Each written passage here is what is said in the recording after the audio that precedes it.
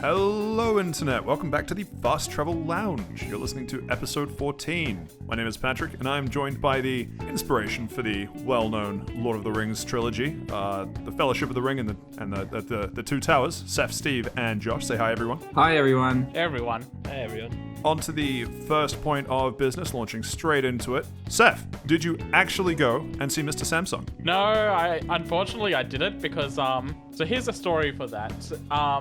There's a Samsung place in Homebush. This is going to be very Australian, by the way, so like Australian locations. But all right, I'm gonna start with my hands about like 2 inches apart and just I'll start spreading them. Just tell me how big the spider was. It's still going. About that one. Ooh, That one. That's a big one. Right there. Jesus. The best part about it is there was no video for that, so if you're lost at home, listener, so are we. I can just tell that he's holding his hand about like yay big, like about a hump's size. Yeah, good. Anyway, so you went to Mr. Samsung, or tried to. How'd it go? So there's this there's a Samsung place in Homebush that we were going to go to, but we didn't decide to look up if they were open until we were already driving towards Homebush. Oh fuck. And yeah. So on the way there, Mum's like, "Oh, yeah, it says it's closed, so we should go to the Parramatta one, but let's quickly ring them up and make sure things are okay there first." So she starts ringing them while I'm still driving along the motorway, and once she's on the phone, they're like, "Oh, so tell us your postcode, and we'll tell you where they are, like what the closest one is." And it turns out that there was a phone repair store that's like associated with Samsung, like one of their contracted people, like 2 minutes down the road from me. So we had to get off the motorway. I took the wrong exit off the motorway and ended up on the M7, a toll road. No. I know exactly where you got off. That's hilarious. Yep. So so I ended up having to take like a 15-minute detour to get to somewhere that's 2 minutes away from my house. And paid like $10 in toll. Yeah. Rip. That too. Well, for the 7 people that understood that joke, oh man, that must have been tragic. For everyone else, I don't know. Let's just say so to put it into terms that everyone can understand. Yeah. Originally, I set out to go somewhere that was about 30 to 40 minutes away from my place. We got about 5 minutes down the road before we realized it's closed. Settled on going somewhere that's about 20 minutes away, like still on that same motorway to get there. So it would have been half the trip. But on the way there, we found out that there's a place just around the corner from my house that I could have gone to this entire time. Why didn't you just, like, that made perfect sense. Why'd you have to throw words like Parramatta and M7 in there? Because I wanted to confuse our international viewers and our international host. Yeah, international host. Don't you forget it. So what, did you actually take it to them, or were they also shut? No, they were open. They told me it'd be about 5 business days, so that'll be the Monday coming up. I should hear back about it, but that's at earliest if Samsung had the parts. If they're not and they still first. and they said like 99% chance it's just a faulty phone. Like this phone shouldn't have this issue, so it's weird that it did. But on that 1% chance that Samsung said says that, oh no, it's a user error, then we can put in a formal complaint against them. Oh fuck, that's a much better story than my story. From Homebush, Parramatta, or the guy 5 minutes down the road? Oh no, we put in a formal complaint towards Samsung.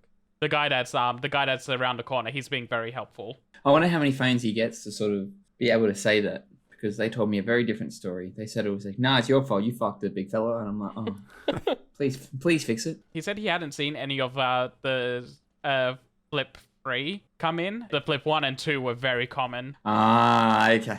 Cheeky fuck. That's how we go, yeah. All right. So, listeners are dying to know, what Krispy Kreme did you get on the way home? There wasn't actually a Krispy Kreme on the way home, so I didn't get one. If I went to Homebush or Parramatta, there would have been one. What was the point of me even throwing it to you for the story? The beginning was confusing. The middle had like moderate character development at best. Like the coolest character was the weird contractor dude from around the corner, and then there's no ending. Don't cry because it's over. Smile because it happened. The ending comes next week when I do actually get the phone back and can report on that. Oh, great! So you've turned it into a 2-part. Yeah, but Patrick, we've been doing this for 14 episodes. You know I'm just going to do nothing but disappoint you. It's true, and every time I'm willing to get hurt once again. Any other random Samsung what have you done this week from Josh or Steve? I don't know, tech shenanigans to share, seeing as that seems to be the bit that we do before Around the Lounge. Okay, so asking for a friend here, but let's just say that a good friend of mine, his rice cooker has stopped working, and then on the walk home from the gym the other day, he sees an unknownly good rice cooker sitting there out in the rain. Is a good friend of mine allowed to take that rice cooker home and use it for his own rice cooker consumption? Or does taking street appliances, is that under the no-go zone? How long did your friend watch the rice cooker to make sure no one was coming to get it? From what he told me, it was just like next to like a bunch of like dumped furniture and stuff. I'd say it's fine to take it then. I mean, Yeah, I'd also say it's fine if it was just out the front. I wouldn't trust it personally. I would have left it. yeah, like you guys seem way too trusting to pick up random rice. What sort of curses does it put in the rice is what my question would be. Like, clearly someone's thrown it out. They're not going to throw out a perfectly good one. Does it like only cook brown rice or something? What's wrong with brown rice? That's what you want. So for your lunch, you want brown rice, chicken, and broccoli. That's the 3 main food groups. So did your friend actually take it and does it perform well? I haven't heard from my friend in 3 days. Oh, is it the fire department right now? No, he has taken it. He had a good discussion with his girlfriend, where his girlfriend said get rid of it. But he's a very stubborn young man, The girlfriend is wise. Yeah. and will be is giving it a good scrub and is waiting for it to dry out because it was in the rain for a bit. And then I guess I'll ask him, and we can. I would be so nervous putting something that's not only been tossed out by someone else but left in the rain, and you're like, I'm just going to plug this into the electrical outlet. I'm sure this will be fine. I'm sure he's going to let it dry. Like, he's not stupid. Maybe he'll go to like the local library and just plug it in there. It's got faulty wiring in a rice cooker, but no, he's gonna let it dry first. He's not a moron.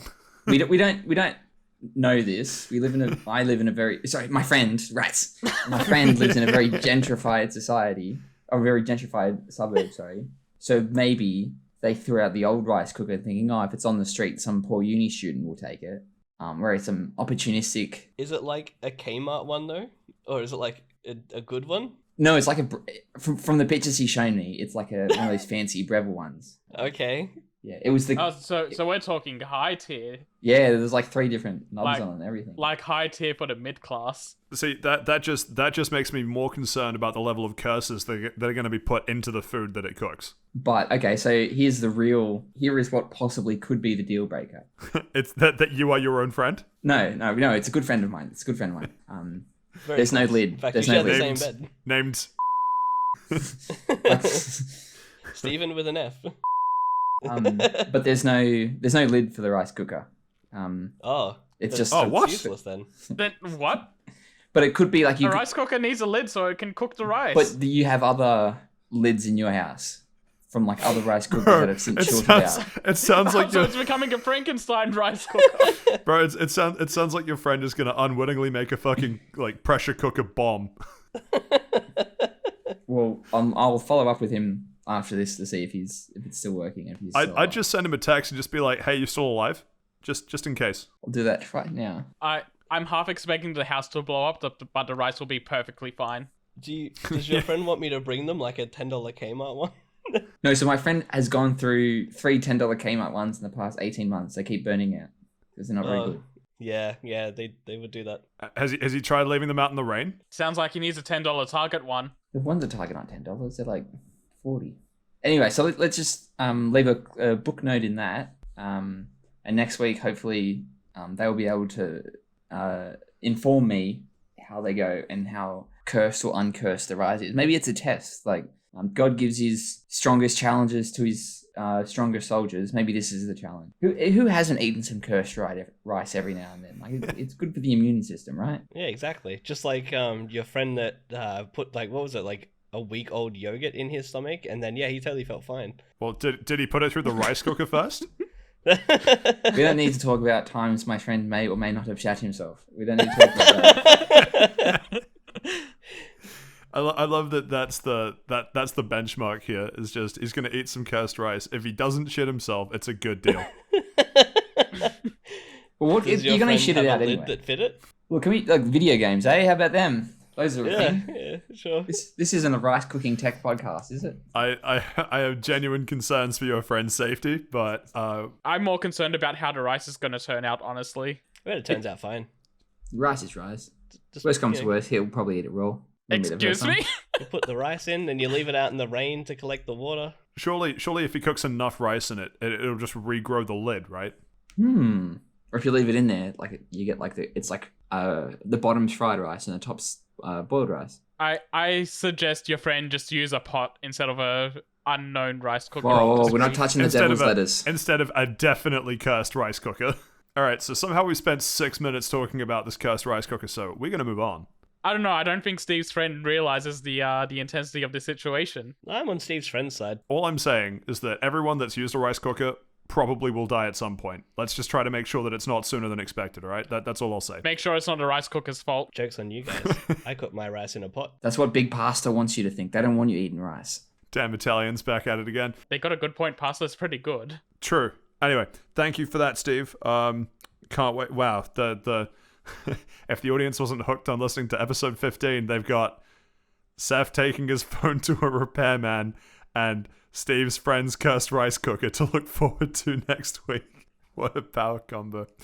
Anyway, on to Around the Lounge for this week. I think this one will be rather short.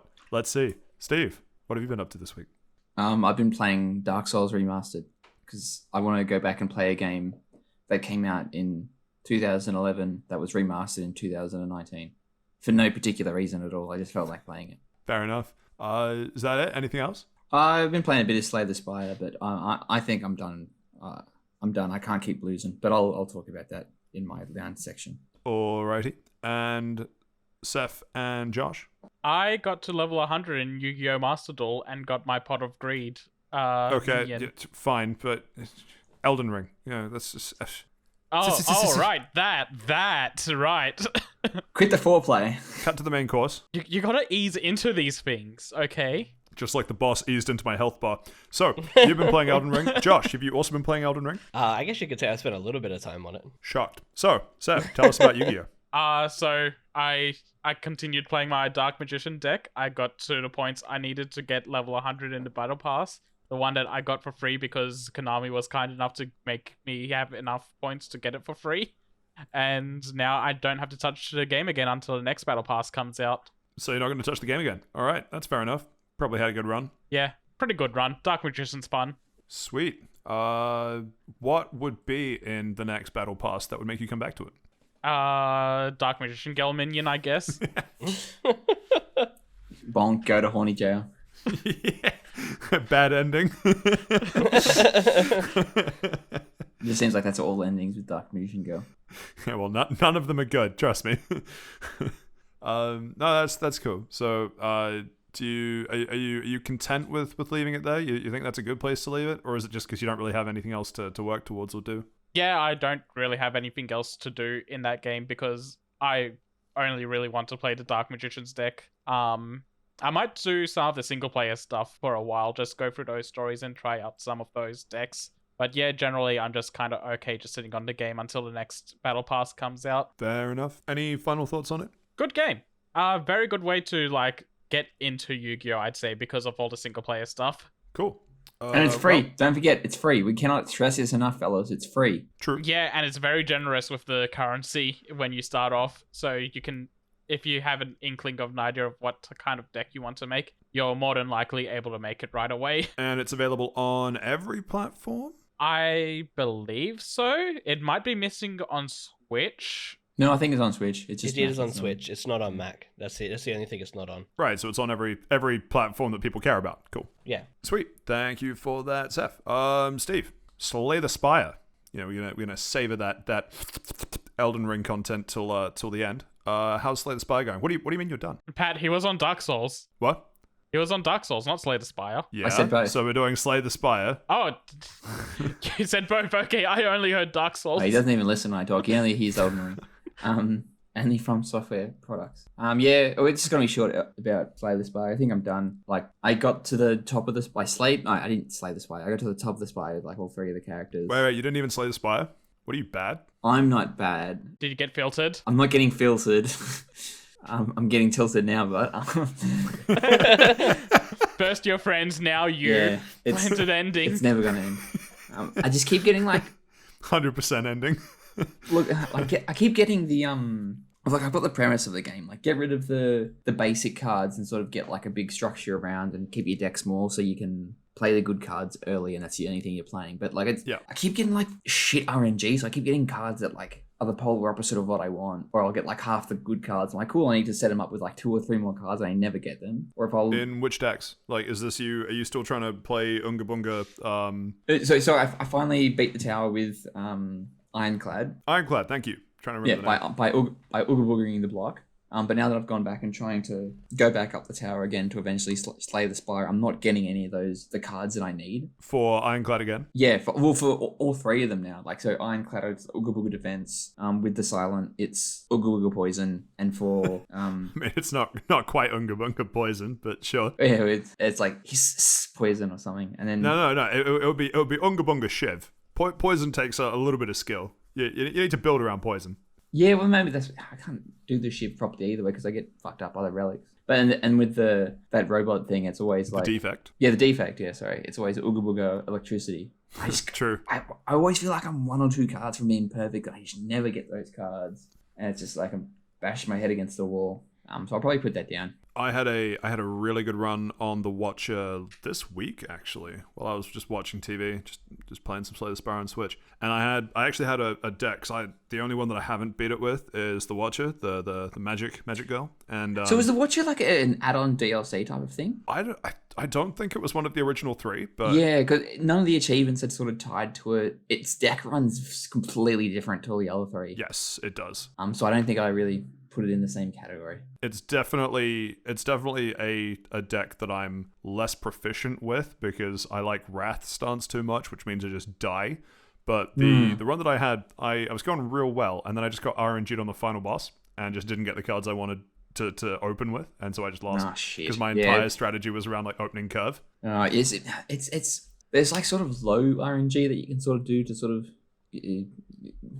not so much RNG, but like in the first opening, probably the first until you get to the first boss, if you don't have the right cards, and it's too hard to recover, and then you're just wasting your time. Yeah. But anyway, so now that the Spire has slayed me, I've decided to jump on board the Elden Ring sort of fan base by going back to the biggest game in my pile of shame, Dark Souls. Because when I first got the game when I was like 17, 18, I got so fucking filtered by Ornstein and Smog, I went fucking insane. To the point where I got a good friend of mine to beat it for me, like a grown man. Like I got another grown man to beat a video game boss for me. You should have just rung up Bully Hunters. Been like, hey, this game's bullying me. I actually have needed help beating a boss before in a game, but it was because I wasn't fast at button mashing as a kid, so I needed to ask someone else to button mash to push off a boss. That's just like a kid. Like I'm 18 years old, I'm getting filtered, and I just couldn't fucking do it. So I got my friend to do it, and because it was on my old Xbox 360, I was saving on like an external hard drive. Like the external hard drive was like that old. It had like a button to turn off and on, and it had like its own external power. And then it corrupted the save, so then I had to go back and do it again, like the whole save file. So then I just fucking put it down, and it's always been sitting in the back of my mind, like, come on, you've never finished Dark Souls, Steve. Like, what are you, shit? Yeah, so I'm going back into that. It's a lot easier than what I remember it was. Maybe I've just gotten, because I've finished Dark Souls 2, 3, and played a couple of other Souls, and I've played Bloodborne as well. So I understand the premise of them now, so I'm a lot better at it. It also probably runs at more than like the 20 odd frames a second that the original ran out on. Yeah, I didn't realize how 360. Yeah, because I'm That playing was really awfully garbage. Yeah. optimized. And when Unless you're in Blighttown, then you're lucky to get 10. Yeah, Oh, so fine. that probably helps. like Blighttown is always shit because of the poison, and it still is shit. I got past that, but still, you don't realize like the 60 frames a second how much of a difference it makes. While we're talking about Blighttown, just a quick tidbit about Elden Ring. I was looking at the status effects. Oh no, we've already pivoted. No, I was looking at the status effects right on the Wikipedia page. Wrong tangent. Abort. No. So there was the status effect for Blight, and the top comment on the wiki is just, "Wow, someone should make the town out of this." And I was like, "Wow, that's great." Nice. All right, now you can continue. Miyazaki looking at like, write that down, Write that down. Yeah.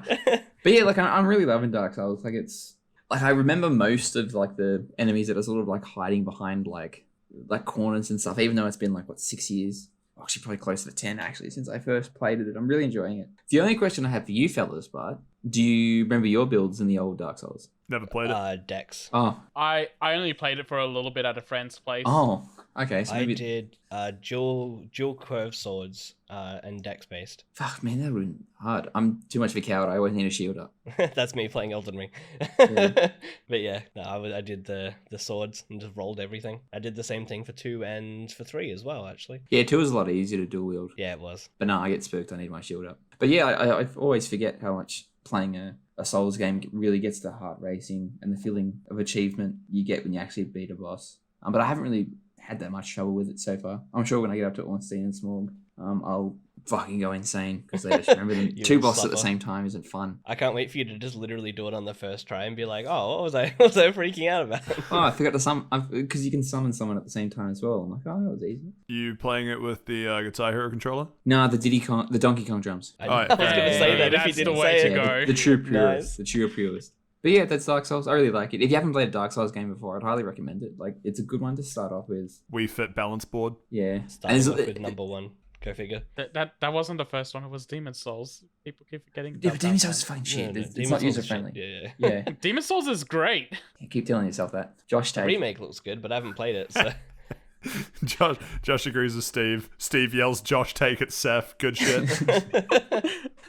Yeah, but if you haven't played Dark Souls before, I highly recommend getting the remastered version. Like, it sort of fixes all the frame rate, graphical, technical problems with it. And the community, like because I'm going into I think it's the Extra Life page to see if there's any secrets I'm missing or which upgrade path I'm going to do for my weapons. Like, Hidden it's path in this location.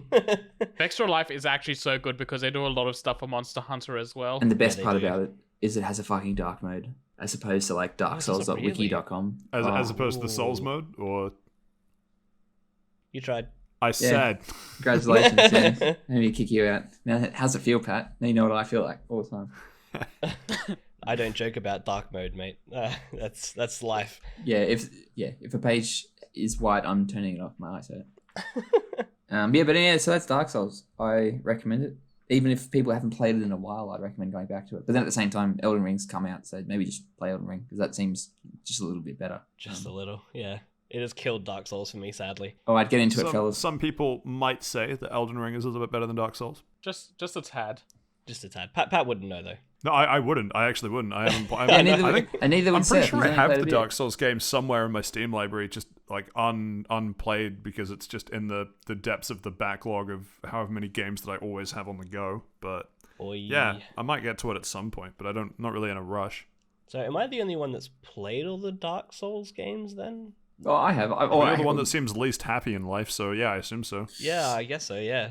The only one I haven't played is Elden Ring and The Sekiro. only one I technically haven't finished is Demon Souls and Bloodborne. I haven't played because Demon I- Souls either. Yeah, Don't say I- it, Josh. Don't say it. Okay. Don't say it. Don't say it. You can What, say it about Demon Bloodborne Souls. Don't was- say it about Bloodborne. What, the Bloodborne was shit? It's fucking so fucking Josh. It take was big so help. bad. It's not. I'm gonna let you I in on didn't a like little it. secret. All Souls games are good. Eh. I think my biggest problem was that I went The From Software ones, anyway. Yeah, I went from like Dark Souls 2, that I absolutely adored, got a console to play Final Fantasy 15, which was an utter letdown by the end of it. Then I played Bloodborne, which I was really looking forward to, that I found really just a complete and utter letdown as well. If they remade the game, I would probably give it another go, but I'm not going to buy a PS4 just to try and play it again. So, yeah, we'll see. I didn't like it though. Every fucking week, Josh. People want so much new Bloodborne stuff, and Sony just refuses. Yeah, they would sell so much. They would make so much money off it. But Sony's like, nah, fuck you. The music from it is very Just good. gonna pull a Nintendo and hate on the Nintendo fans. Bloodborne for Switch when? for Switch. Please, no. We don't need to hate on the Nintendo fans because Nintendo does that enough for No, us. that's what I'm saying. It's like everyone's like, Oh. hey, Sony, we want more Bloodborne content. And Sony's like, no, fuck you guys. Taking a page out of Nintendo's book. God, I can't wait till we get to that in an hour. Yeah. Man, it's just nothing but promises for things to come in an hour, and part 2's for next week, isn't it? Yep. Don't tell them that now. Strong combo. So what has... Sorry, just cutting in real quick. Bloodborne's on the PlayStation Plus collection, so if you have a PS5 and PlayStation Plus, you can just play Bloodborne right off the bat there. You know the funny thing? I have a PS5 sitting here and I still haven't played it. And the loading screens are way faster in PS5 as well, right?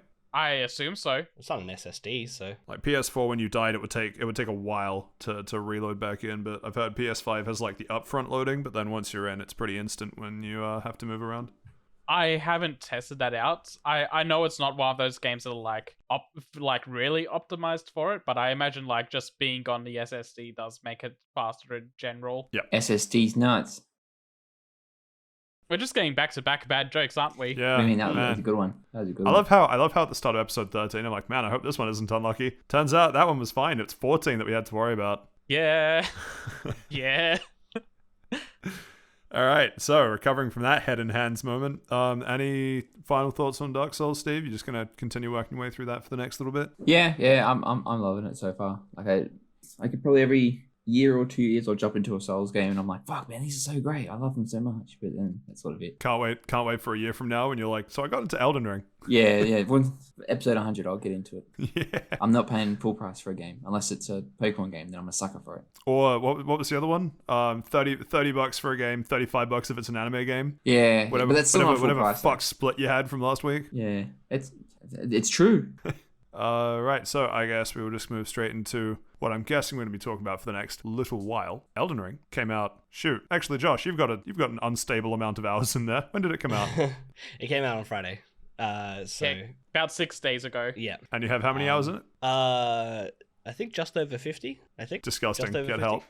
That's not that bad. I had 36 in the first 2.5 days. I've seen people with bigger. Yeah, but it's a very good game, and every single minute of that has been worth every single minute of my time. Absolutely. I slightly disagree in that I have 20 hours in it, and the first 20 minutes was not worth my time, and I almost refunded the game. Yeah. Why would that's you wait because- 20 minutes, No, man? no, A game no, like no. that, you need to put so much more time into it. It was because I was having controller and tech issues, not because of the game itself. Okay. But well, I ended up solving your tech issue, and it's because you're using a controller that hasn't been like used since like 2016 in mainstream games. Like that's why you're having problems. Wait, what controller are you using? Tartarus.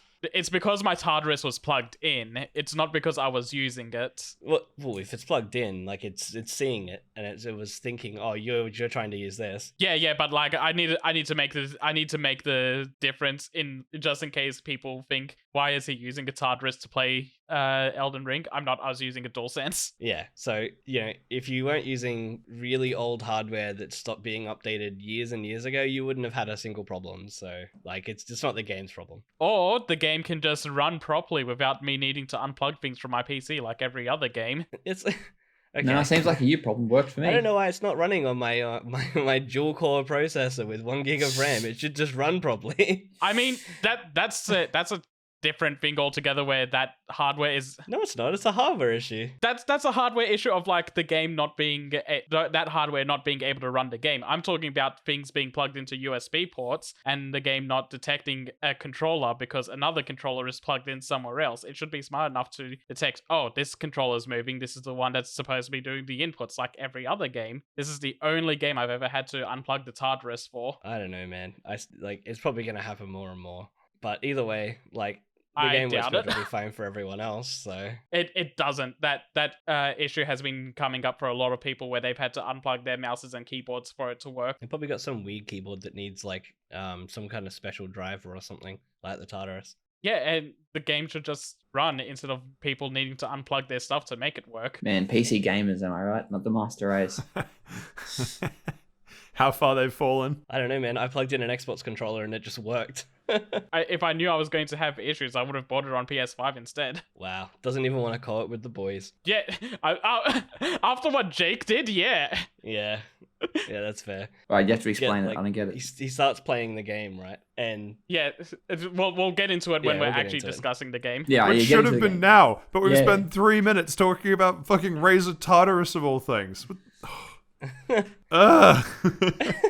But that was part of my experience with the game. It didn't want to work because I had something plugged in. It just didn't want to work with. So what's your review of the Tartarus? The Tartarus is great. I love it in Final Fantasy 14. Oh, fuck, here we go. Here we go. That is all I have to say about that topic. Can't go a whole week without talking about Final Fantasy, eh? I get it. I can't get it played on the Xbox. It's a shit game. No, you're just on a console where you can't play it. That's a good game that you can't play unless you play it on your laptop. That'll die. I've heard if you buy a Tartarus, Mr. Xbox comes and gives you a hand signed copy of Final Fantasy 14. Yeah, Mr. maybe. Xbox. Yeah, just leave it at that. All right, so Elden Ring, There's so right? many famous Microsoft people you could have gone with, and you went with Mr. Xbox. Could have at least gone with John Halo. Yeah. So anyway, Elden Ring. Why would John Halo go to your house, Steve? He's got better things to do. Hey, I'm a shareholder. Steven's keys. You know what? That's a recent game that came out that works with the Tartarus. Based What, Microsoft. Temtem? Halo. Shut the fuck up. Halo Infinite. So anyway, Elden Ring. Yeah. Right, then. Yeah. Good Fuck, chat. why was there... Josh, you've been doing nothing but play Elden Ring for 5 days. How is there a pause there? So Elden Ring, how are you silent? I don't know what to say without spoiling it is the hardest part because Oh there's my a lot God. of. So I will say this: it is everything that you would expect from a Dark Souls game in an open world setting. It is nowhere near as linear as other Dark Souls games. There are, or any Souls games in general. There are basically set bosses that you know, hey, there are X amount of these once you start playing the game, and you start finding them in the various sort of main locations that are kind of like the more typical Dark Souls. You're gonna run through a castle or whatever and look through the paths and the bonfires, which are graces in this game, and dig your way through that dungeon kind of thing.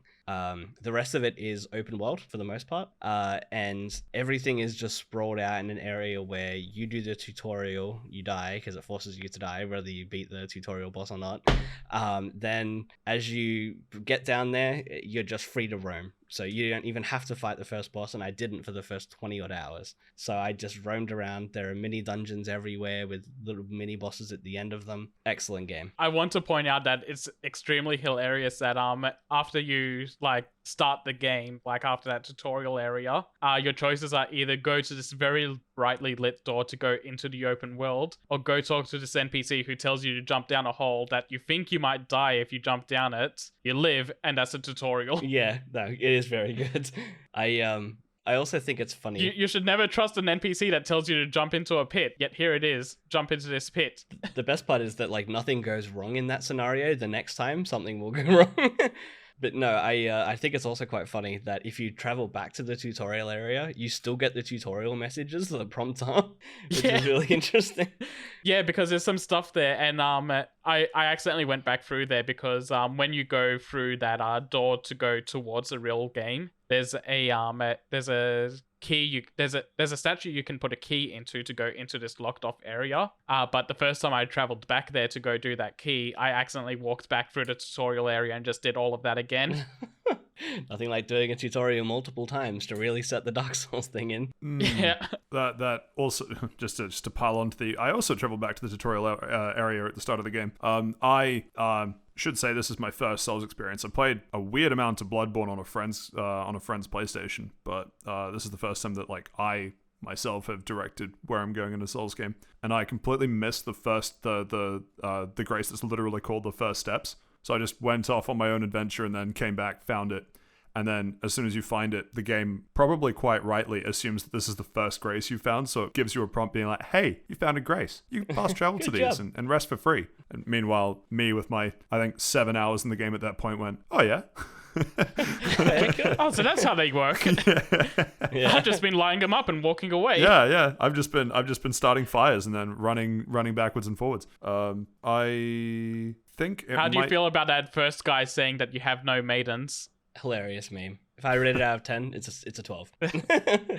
Nah, it's really It good. is pretty good. I do love all the memes that are coming out from that, like people making the guy from what's that DreamWorks movie, Mastermind or something. I think so, yeah. I think Megamind. it's Mastermind. Yeah. Megamind. Yeah, Megamind, that's it. Yeah, people have been making him into character created and posing him like the meme picture and then captioning it "No maidens in the game." I like that, like, the first time you meet said maiden of the game as well, like, really early into the game, she basically sits down and goes, huh, maidenless. And you're like, yeah, stop rubbing it in. And then she's like, fine, I'll be your pity maiden. Yeah, basically.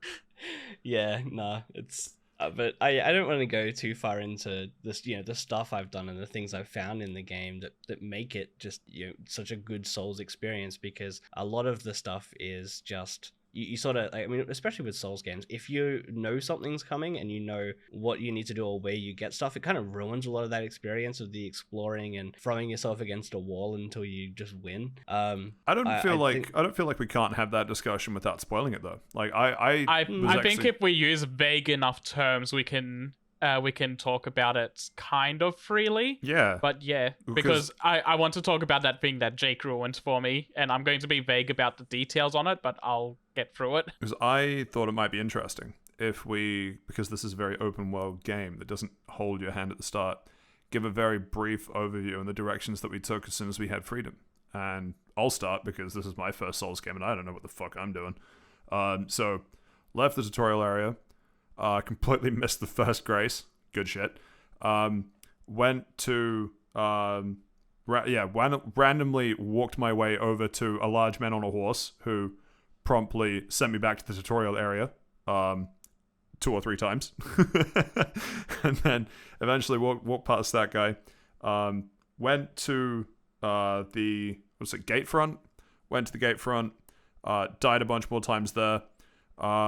Decided that even though everything was telling me to go to towards the gate part of the gate front, that I'll just walk off and explore. So I just went exploring for multiple hours and found a bunch of cool shit to do. But I had a very similar first path to you, but it's more I went walking through a forest and ended up at that gatefront town, and then once I got the Grace right next to that gate, I realized, oh, that's progression. I'm gonna turn around and head south for a little bit. See, I didn't even realize it was progression. I just I tried fighting the people in the town, died. Tried fighting the troll in the gate, died, and then went, I'll just go do something else. Yeah, no, so that guy that calls you maidenless at the beginning of the game, he tells you straight up that whenever you touch a grace, they'll point lines towards story progression. So when I touched a grace next to the gatefront gate, it was pointing inside the gate, and I'm like, oh, okay, that's story that way. I'm gonna go do something else for a bit. So what'd you do? I just headed south. I went and did some NPC quests. One of them involved a character that tells you, hey, can you go towards this castle and deliver this letter? So I go there. Josh helps me out with that castle a fair bit because I was woefully underprepared. Yeah, that castle was it wasn't where you should have been at that point in time. But no, it's so good. I feel like because I've got 10 hours in the game now because I noticed that everyone else dropped how long they've spent in there. I haven't crossed the 11-hour mark yet, and I think I've just finished the castle. Yeah, see, I didn't even head towards the castle until I was about 11 and a half hours in. I haven't quite finished the castle, but yeah, you're nearly there. I don't think I bothered with the castle, so I guess to redo my first steps. I think we can name drop Stormvale because that was in all the trailers. You just did. Well, does knowing the names of the places actually matter, or is it more the experience? Not really. It was more just All right, should I be freaking out that doesn't sound like the castle that I cleared?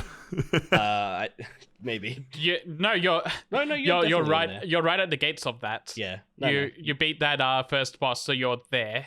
They name drop the area a couple of times. Oh no! I'm thinking of the castle in the south. Oh yeah. Oh no! That's a different one. No. That's what I went off and did, and just cleared that. Yeah. Oh yeah. No, I went there much earlier. I went there like around the 5-hour mark. Yeah. Okay. Good. Did you beat the boss in there? I did. Oh, nice. Nice. my first steps, literally did that and then came here to record this. my first steps in the game was literally, oh hey, here's a grace. Oh, it points you where to go. That's kind of cool. Walked out, got stabbed once by the first like mini boss that you found that sent you back to the tutorial a few times, and was like, by the nice man on the horse. That's a one-hit kill, huh? Yeah. Yeah. And I was like, oh, okay, that's not cool. I guess I'll fight him later. And then I went and found a grace and was like, oh, I guess I'll just force my way through story for a little while till I, find said maiden, because there is always one in a Souls game for the most part. Ran through and was like, oh yeah, cool. Oh look, there's a gate here, and then like brutally decided to slaughter every single knight in that area that you get to for like the first main section you get in the game. Found all the hidden things and was like, oh cool, I'm done here. I guess I'll go climb this hill. Back to my head against the giant in that area for probably the better part of like 20 minutes because I stubbornly refused to run past it. Got all the way to the castle in like the first like 5 hours or something I was playing, and got to the first boss and was like, oh, there's no way I can beat this right now.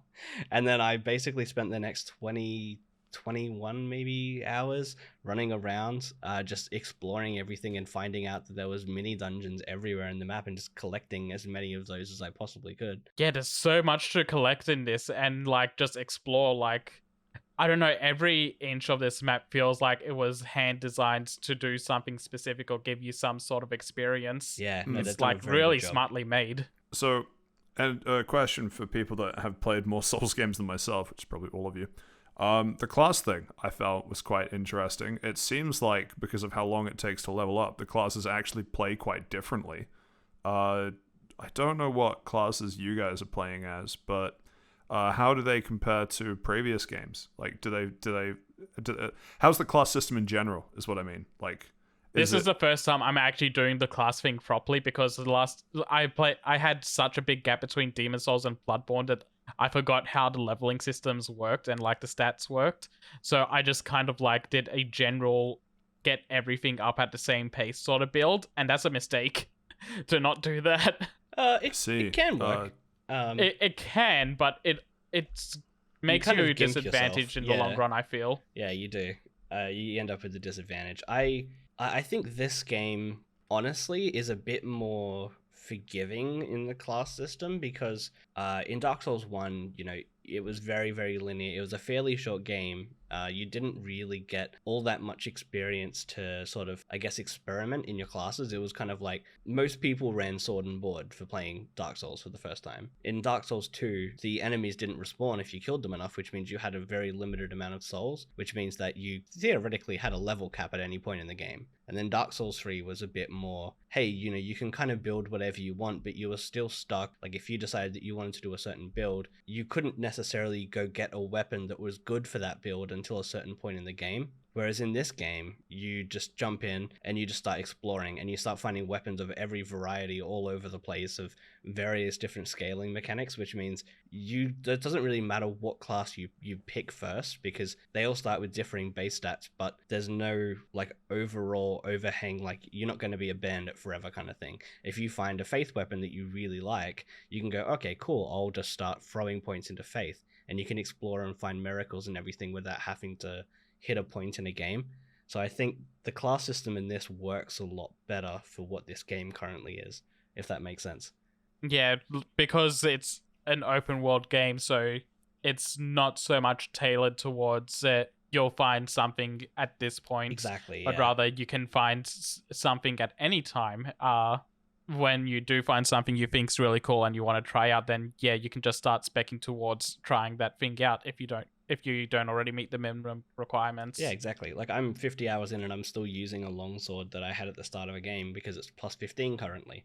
And it was just a longsword I bought off one of the very first vendors you meet. But I've got a million different cool weapons that I could use. And, at this point in time, this is just what I have best for me.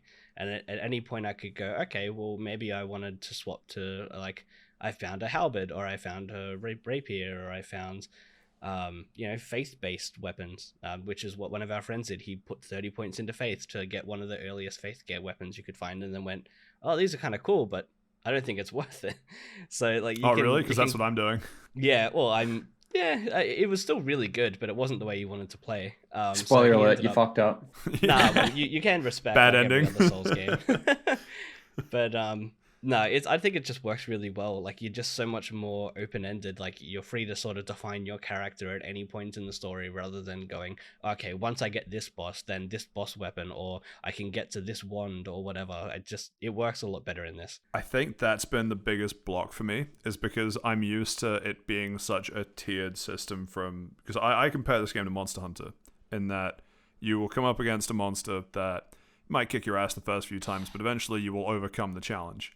And just the process of overcoming that challenge, if it's a step up, like if it's from going from low rank to high rank, or 6-star to 7-star, or any differentiation like that, it's a hard differentiation. Like the difference between 7-star gear and 6-star gear is massive in Monster Hunter. Whereas here, I've just, killed one of the first story bosses apparently, and it's weird because I expect to be, I keep wanting to run the calculus of I want to use this equipment until this boss, because then once I kill that boss, I will unlock this other stuff that will make it better and make it more efficient for me to level up, because that's just how I play Monster Hunter. But it's really hard because this is almost entirely linearly scaling rather than jump scaling, and it's been messing with me, because anyone that's been in the Discord that we all play in, it's just been me peppering with questions of, like, should I be doing this or this? And the answer is always depends on your play style. But Yeah, you can do whatever you like. I almost don't like the lack of hand holding in that way. It's also especially rough of a mindset to go into, because for a few hours before I actually went into Stormvale, I found my way around it and into areas behind Stormvale Castle, and heading towards a second boss instead of the first one. And I also found my way towards a red sandy area that also houses a different story boss. And yeah, so you don't have to hit up Stormvale as your first area, but that's like the general, this should be the first one. It does. There is the same thing in Dark Souls too. Like you start in Majula, right? And then you can go a direction where you go, oh, look, I can hit these enemies in 2 or 3 hits. And then it does the Dark Souls thing of, oh, look, I found this area. And then all of a sudden you're being one hit and you do like 5 damage and you go, okay, maybe I don't belong here. So there's still that experience. The way I'm trying to get around this is like, I went to those backwards areas and areas that are supposed to be higher tiered than Stormvale. And I still have weapons that weren't ready for Stormvale because they were too underdeveloped. Yeah. So it's just a thing of, the weapons are just as good as you make them, rather than you get to this point in the game and it's just supposed to be better than the lower areas. Yeah, honestly, the only thing that's really quite different towards a lot of the Dark Souls, like equipment wise, is that in Dark Souls and the other games, you would consistently find better armor, and that armor, you go, okay, cool, like I'm going to use this for a while because, maybe I'm like doing a dex build and I need this mobility or whatever, and there's very limited armor sets in this because for the most part you're just dropping random armor pieces from random mobs that you killed, and they're all basically around the same level. Most people just haven't really swapped armor, or they've swapped armor to like some very basic upgrades, but there's been nothing that's like, oh, this is a definite upgrade, now I can go back and fight that boss kind of thing. I've never even, I probably have armor pieces. I completely forgotten to look at armor. Yeah, well, yeah, no, I've gotten very few pieces of armor playing to get through so far. Yeah, like I've got quite a lot of pieces of armor, but for the most part, they're all exactly the same piece of armor, basically. It'll just be this one's slightly higher magic and slightly lower fizz, whereas it's not like, hey, this one is like, it's just objectively meant better for a dex build, or this is obviously meant for an int build. Yeah, it's not objectively better. It's just there. Because I started with the bandit stuff, like the handful of like knight armor I did get is like a vast improvement in like physical defense. I did the same thing. And my endurance is high enough that I can still put those on and keep like a medium roll instead of getting a fat roll. Nice. So those are like bigger upgrades than you might generally see, but yeah, I haven't actually seen that much armor. I've got like 4 pieces of feet gear, 4 pieces of chest gear, 4 pieces of head gear, and maybe 3 arms. I've got probably like 3 arms. Yeah, and then not even the armor, just 3 arms. Yeah. I've got like probably like maybe sort of like 10 of each piece kind of thing, and I'm still wearing for the most part. I think the helmet's the only thing I've really swapped, but I'm still wearing the armor that I found very, very early, like in the first 3 hours of the game. And I'm like, okay. Because you can keep all of your equipment on you, right? Yeah. Yeah. Which, again, is also a weird concept from coming from Monster Hunter, where it's like, all right, got to return to base and swap my gear and yada, yada, yada.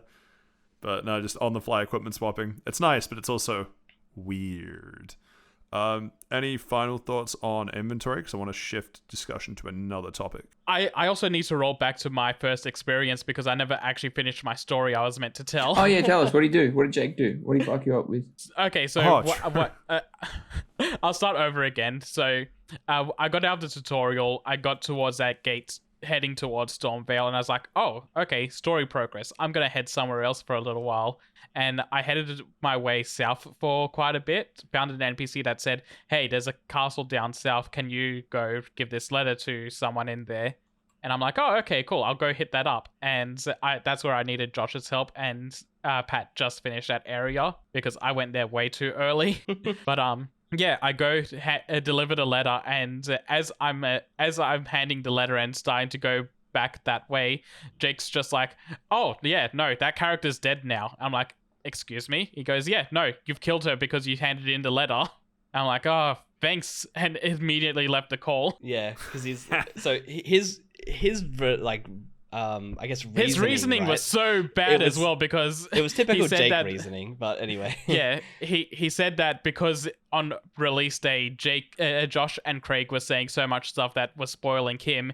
He needed to spoil someone else on something. But I'm like that is such a bad reason. I'm out. Craig and I weren't even like spoiling anything. We'd just be like, oh, cool, there's a dungeon here, or there's a this here, or whatever, and he just knew where we were.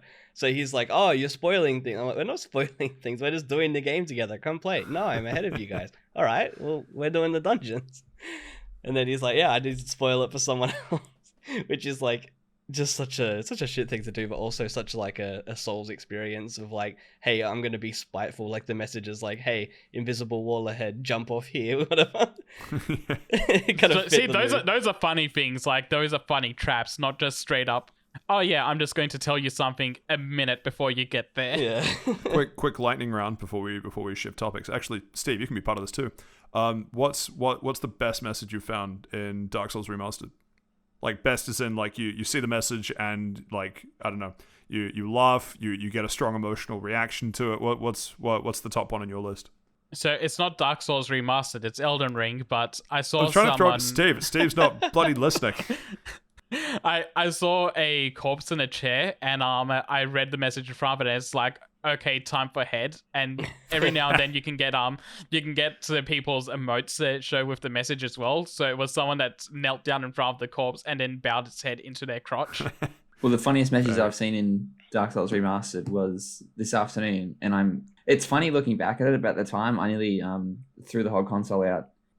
So it's just in front of a mimic, and it says "nice chest ahead," and I'm like, "Oh fuck yeah, sick!" I'm like, that's funny. Like, ah ha ha boobs, ah ha ha chest. That's funny. And I open it, and it fucking eats me, and I was like, "That's it." Bye, everybody. Video games are shit. I've been smacking every chest I run into just to make sure they're not mimics. Well, that's what I've usually been doing. And I knew to prepare for one in Sen's Fortress, but because I was sort of distracted from the nice chest ahead, I did not. See, I haven't been doing that, so now I need to now that's something else to keep me up at night. Thanks, Saif. No, so like I'm like 50. I think it's like 53 hours. I think is the number, and I have not seen a single mimic, and it's throwing me off my game. So that's what they want you to think. They're going to do it right at the end of the game just to throw you off. They absolutely will. I've also been like checking underneath elevators after you walk on them to see if there's any paths or anything, and there's only been one so far, and I'm like, oh, there's usually so many. Rolling in and attacking like every single wall in a dungeon. Like there's going to be an invisible wall in here somewhere. Wait, so do they have invisible walls in Elden Ring? They do. They're just not anywhere near as common as they were in Dark Souls. Yeah. Yeah, I haven't seen one yet. I've seen messages talking about them, but I haven't been able to like break through or whatever. Yeah, no, messages are littered everywhere saying it, so I whacked the walls to make sure. Just to be sure, those messages are lies. One of the only messages I've seen that actually wasn't lying about the hidden wall had 1 rating, 1. And I was like, this guy, haha, what a joker I was talking about in Discord. And I hit the wall and I opened and I was like, oh my god. Time to disparage Did you the go back message. and rate it up? I did. I went back and I rated it up. Yeah, no, rate it down. Rate it down. No one else can have this wall but me. No, so that's actually a thing as well.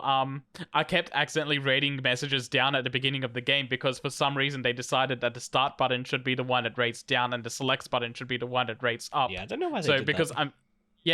because I'm so used to, I'll just smash starts, like the first 2 hours of the game, I just went around negatively affecting everyone's messages. There's a bunch of people just out playing, wondering why there's some guy that just hates everything they have to say, and they're trying to be as helpful as they can. What was what's the best message you've seen, Josh?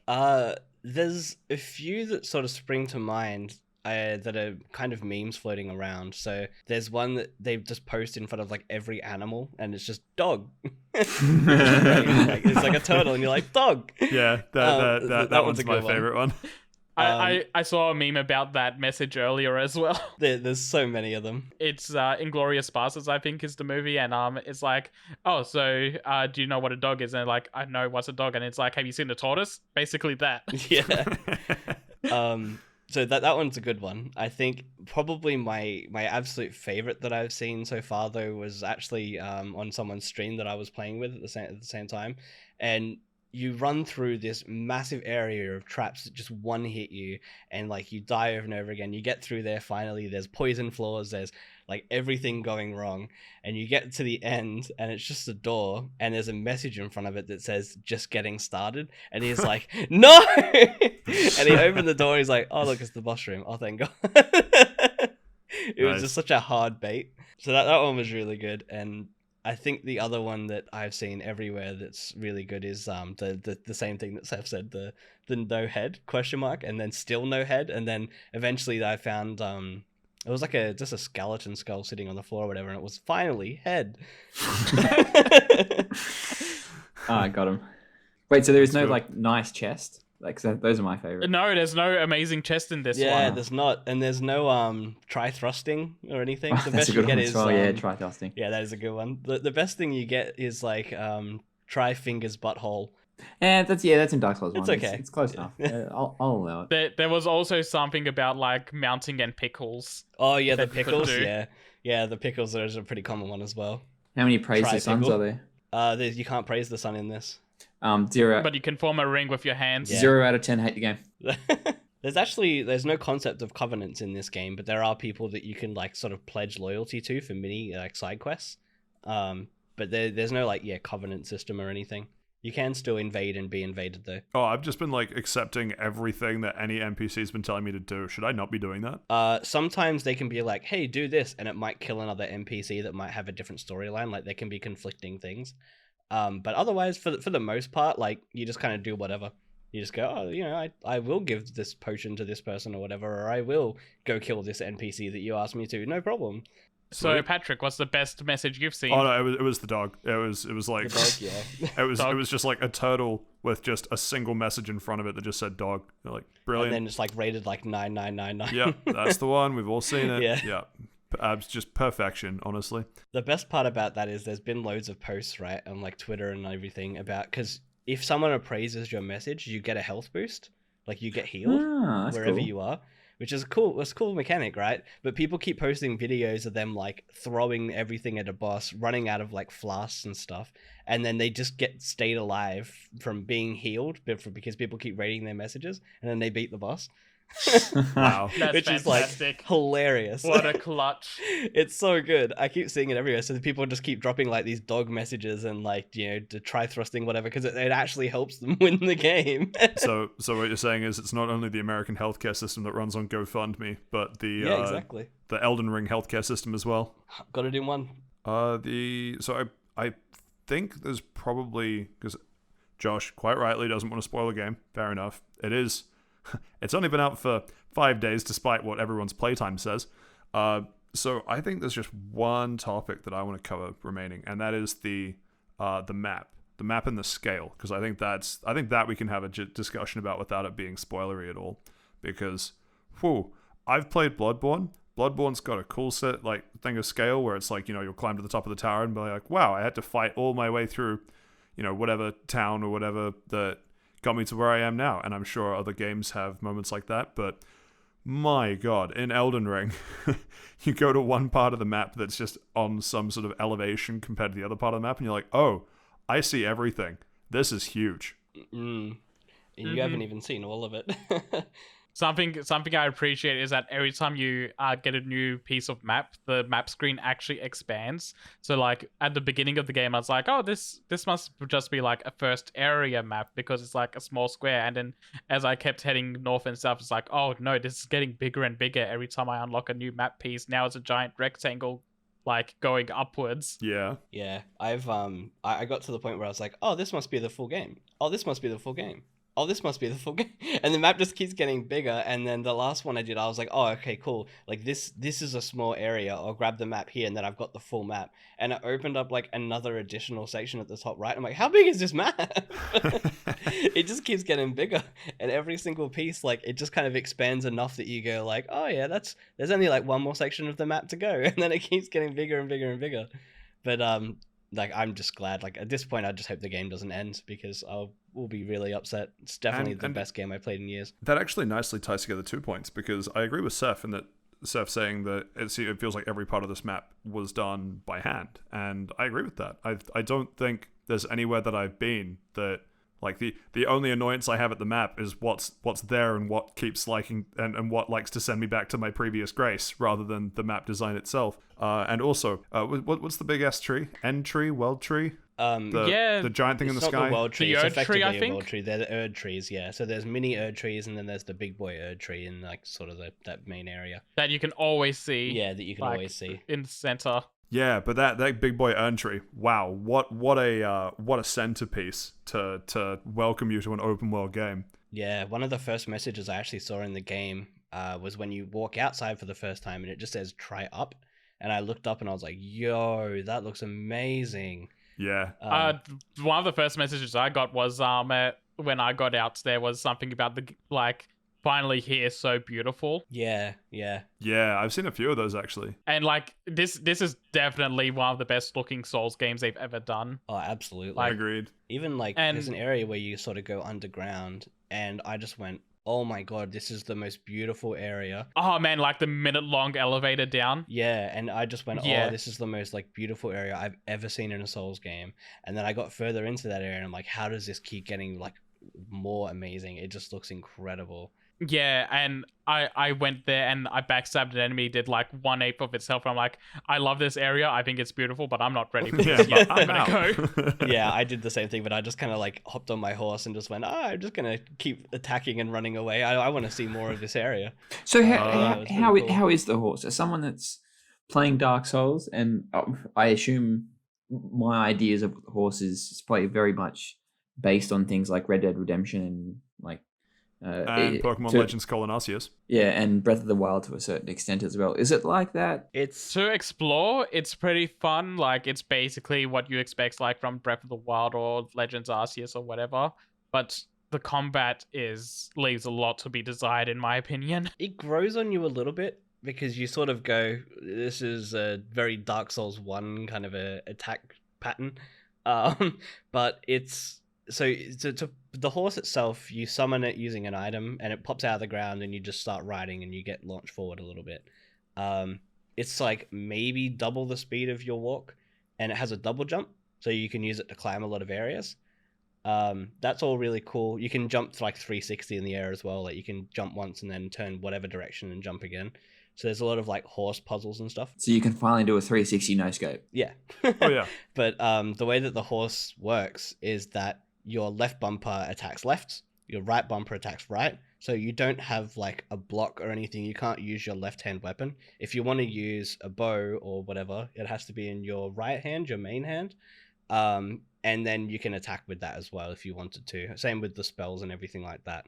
So to me, I would have rather have left hand, right hand do the actual things, because like you can find lances and stuff, and I was like, oh cool, I'm gonna lance, I'm gonna have a shield, and I'm gonna fight these other mounted enemies. But in reality, you kind of just run up and you attack by swinging your sword downwards for like mounted combat and stuff like that all the time. So no matter how big the enemy is you're attacking, if they're on a horse or not, whatever, you're always doing the same one attack animation. So it's like it's fine. It gets the job done, but like it could be better. But it's also like if it was better, it would be too OP, and you would never leave the horse. So I get why it's this way. So it's more like, I hate to do this as a point of comparison, but are there any games that do horse combat better? From what I remember, Shadow of the Colossus had really good horse combat. UFC, but with horse DLC. What are you talking about? One of the Darksiders games, Darksiders 2, had pretty decent horse combat. Do you imagine just entering an octagon and just having to fight a horse? I reckon I could take him. Yeah? No, I get fucking You killed. want to put that to the test? No, I get fucking killed. You can put a 6-year-old girl and she'd fucking kill me. Complete. Yet you want to box Logan Paul. Complete Yeah, tangent. I never said I'd but win, but just briefly, I think it's Jake once Paul again on saw the that chart of British versus US men thinking, like, rating what they think they could take in a fight. oh yeah, that's always good. It's like animals. And like alligator, it's like, 1 to 5%, whatever, and it goes up to like rabbit, where it's like 80%, whatever could take in a fight, and then just like a bunch of things in between. Still excellent. Who's the 20% losing to a rabbit? Rabbits are fast. Maybe it wasn't a Seen rabbit, but Monty it's just Python like and the Holy Grail. Yeah. True. Okay, true. The point being not so much that it's about a rabbit, but just like it's a bunch of just like varying, like just it's like a scale difficulty of animal, and just funny seeing how on every metric Americans think they could take more than the British guys. Have you met the average British person? They're probably just too busy at the pub. Fighting horses. Anyway, Eating horses. Horse combat. Pokemon? No. The Dynasty Warriors games have some pretty good horse combat. Yeah, okay, sure. I'd say it's a different horse combat. That's just going up and like how many enemies can you take down in one but you thrust? just asked in general. You didn't ask to Good. be specific. I did. Right, next I topic. think the Darksiders horse combat was really good, and I think it's not Mountain Blade. What's the new game that came out where you have horse combat and you sort of ride around? Oh my Skyrim. God. No, Red Dead I'm Redemption. struggling to remember what it's called. Skyrim remastered. Skyrim Legendary Edition. Skyrim Anniversary Edition. Skyrim Infinite It Edition. might actually be Mountain Blade. Oh, it is Mountain Blade. Warband. Bannerlord. Yeah, is it Well, there's Warband 2? Warband, and there was what's Warband the new 2. one? Or are you thinking of Bannerlord? Chivalry? Or am I thinking of something Bannerlord. else? Yeah, Bannerlord looks like it has decent horse combat as well, because you fight in like horse tournaments and stuff with them. That's really cool. So that looks like it has really good horse combat, but I haven't played it. So that if it was more like that, that'd be cool. Fair enough. Neat. That nicely segues into biggest criticisms of the game, though, because I have a couple thoughts, but I'm curious to see what Horse other people combat. think first. Yeah, horse combat. And we've come full circle. Thank you for listening. We've come full ring. Wow, hey, there we go. Oh, look, we're back in the tutorial area. So, episode 14. Any actual criticisms from you, Josh? Yes. Yeah, and it's only Okay. one so far. Well, but it's okay, huge. you answered that more passionately than I thought. You've clearly given this some thought. We'll try not to spend too long on this, but tell us. Okay, so it doesn't have to be a long one, but anyone that's played Dark Souls co-op, it's exactly the same co-op in this game. So you summon someone in, they can do one area with you. If they beat the boss, they disappear. If you die, they die as well. They disappear. You have to use a certain consumable item to be able to summon people in this game. You can craft it, and it's very common, but it's still like, hey, I can run out of these in a dungeon or whatever. Especially if you do what a lot of me and my friends have done. It's like, okay, cool, let's do a lot of these areas of the game together, which means you're using a huge amount of these consumable items just to get through the game in a co-op experience. Whereas, like, in the same style as Monster Hunter, the more people you have, the more health and sometimes the more damage the enemies do.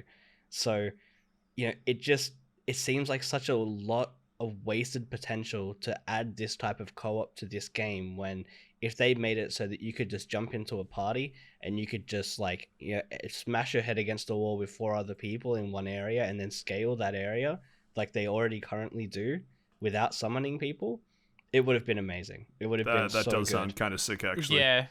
Yeah, it'd be like it's what I expected the game to be like. There was nothing to say that it was going to be like that, but it just felt like a step that they would take to go into this kind of formula, and it just isn't there. And it's the only thing that is like holding this game back. And in my opinion, I think it's an amazing game, and that's my one big criticism about it. Fair enough. Yeah, I also think that not being able to get on the horse during open world areas while you're in co-op is a bit of a downgrade. I kind of get where they're coming from in doing that, so it's not like you and 3 other people can go off into separate directions and clear out different parts of the game to like quickly get through it, but it also feels like it's too restrictive because you kind of need the horse to go through the open world areas at a decent pace. I semi agree with that, and I semi don't. A lot of the open world areas, you know, they've obviously done it in a way where you wouldn't really summon someone in a giant open world area. So it's like I kind of get why they've limited the horse, but also like because just from hardware restrictions, everything, right? Like you can't have someone or several people riding around on a horse going really far away, exactly like what you said, because some of the areas are huge. Yeah, I think at that point, if people start getting too far away, you start doing a message of, hey, you're about to get kicked out. Yeah, or just, hey, you know, turn back or you'll be teleported to the main host or whatever, you know, something like that. But Yeah. in saying that, I think, you know, the biggest problem with the horse combat in multiplayer, then not being able to have the horse, is that there are many bosses and many areas where you have to have a horse in order to proceed or beat it for a lot of the, or at least beat it easily for the most part. So in those kind of situations, you're like actively discouraged from playing with people, and you're like, oh, you know, I bought this to play with my friends, or we're doing this together, or I'm trying to help them and I'm hindering them for this. And that's kind of just weird, and I'm not sure why they've done that, especially if they could, you know, have the multiplayer and have a boss arena and still have the main person on a horse or whatever, and the other people just be at a disadvantage. It's like just limit the area that they can be in. I don't know. They've done it really strangely. Yeah, I was prepared to come in and say, oh yeah, I've got no complaints, but yeah, the co-op is actually kind of a bit bit of a hassle. Yeah, it's not bad. It's just you got to work around it. Seems Exactly, that and the it's- people that play solo are they're truly the champions. Well, I've done most of the game solo at this point now because of those reasons, and just because it's, you know, fun to just explore and find random things in every direction and being like, hey, have you found this yet? Oh yeah, how cool was that? And it just seems like you need someone else to carry you. Does the back hurt? I started playing more solo so I wouldn't get spoiled. Yeah, that too. But Well, I mean, you can also just server mute Jake for that one, though. that's true. I could. But yeah, no, I think that is like, it's just the problem with the co-op isn't that it's bad, it's that it hasn't changed in 10 years of the game, is my biggest criticism with it. And that you're seeing a lot of missed potential. It's kind of like the Arceus chats of like, it's not that the systems that we have are bad, it's just that They could You'd be It think- could be better, better, and yeah. you can easily see how it could be better. Exactly, yeah. exactly. Well, when Elden Ring 2, Elden Ring comes out. It'll fix it. Elden Ring. Elden Ring. Honestly, I'd be happy if they moved on to something else after Elden Ring, just because this is such a good product. They've earned the right to go do something more creatively free than another Souls game. That sounds like an awful lot like you've said it. This is a perfect game, Saif. I wouldn't go quite the far as saying it's a perfect game, but I think out of every game I've ever played, this is the most perfect. Which is like, I'm really getting FOMO now. Jesus. I need it. oh, it is such a Yeah. good game. I can't even stress how good a game this Oh, is. Steve, so I ran quick story time because it's real fitting. I finished work. When was that? Tuesday? I think it was Tuesday. Finished work. I've only been seeing Elden Ring content, just a combination of what YouTube's serving up to me. All my friends are Yeah. playing it, yada yada. I hover over the buy now on Steam and go, but chances are it's just because everyone's playing through it and chatting about it and things, that if I wait a week, it'll die down a bit, and then, you know, I'll pick it up on sale sometime later on. It'll be fine. And then I got a message out of the blue being like, I'm surprised you're not playing Elden Ring. Yeah, because I don't really want to drop $100 on it right now, and I'm not really into I haven't really played many Souls games, whatever. And the response back was, I don't really play Souls games either, but this is one of my favorite games I've ever played. And so it was like, all right, finger is now hovering closer to the play now again button. And I don't remember what it was that pushed me over the edge. There was some other message from someone that pushed me over the edge. And I was like, fuck it, I'll just buy it. Yeah, I got a lot of. It's basically drugs. I've got zero self-control when it comes to peer pressure, and god damn it, did they exploit me good for Elden Ring. Yeah, I got a lot of my friends are like, "Oh, hey, Steve, can't wait to hear you talk about Elden Ring on the podcast." I'm like, "Oh, I haven't played it." And it's like, "What? What do you mean?" Stick around to episode 50. Yeah, I don't know. Yeah, you're keeping him on hook. I don't know. I don't know. I'm taking a bit of a social media break at the moment, so I'm like getting hit with all the memes.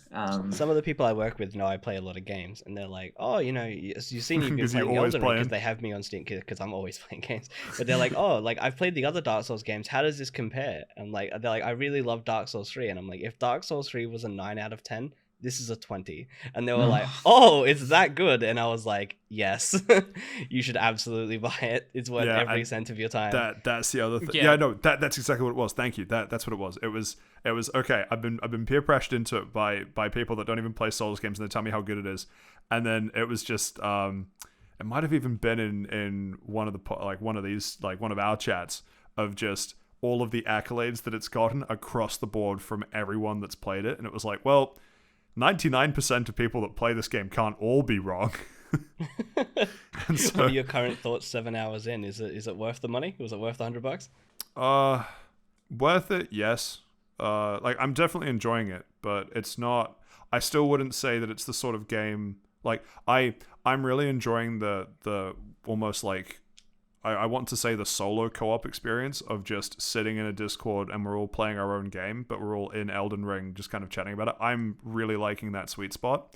I think if other people either finish the game or burn out and then take a break from it for a bit, I probably will as well, even if I'm not feeling burnt out on the game, because it's still not like I appreciate. You haven't hit a point where it's hooked you in yet. Yeah. To To be fair, you haven't beat the first major boss yet, so the moment you do, you're gonna be like, "Oh, this is the good stuff."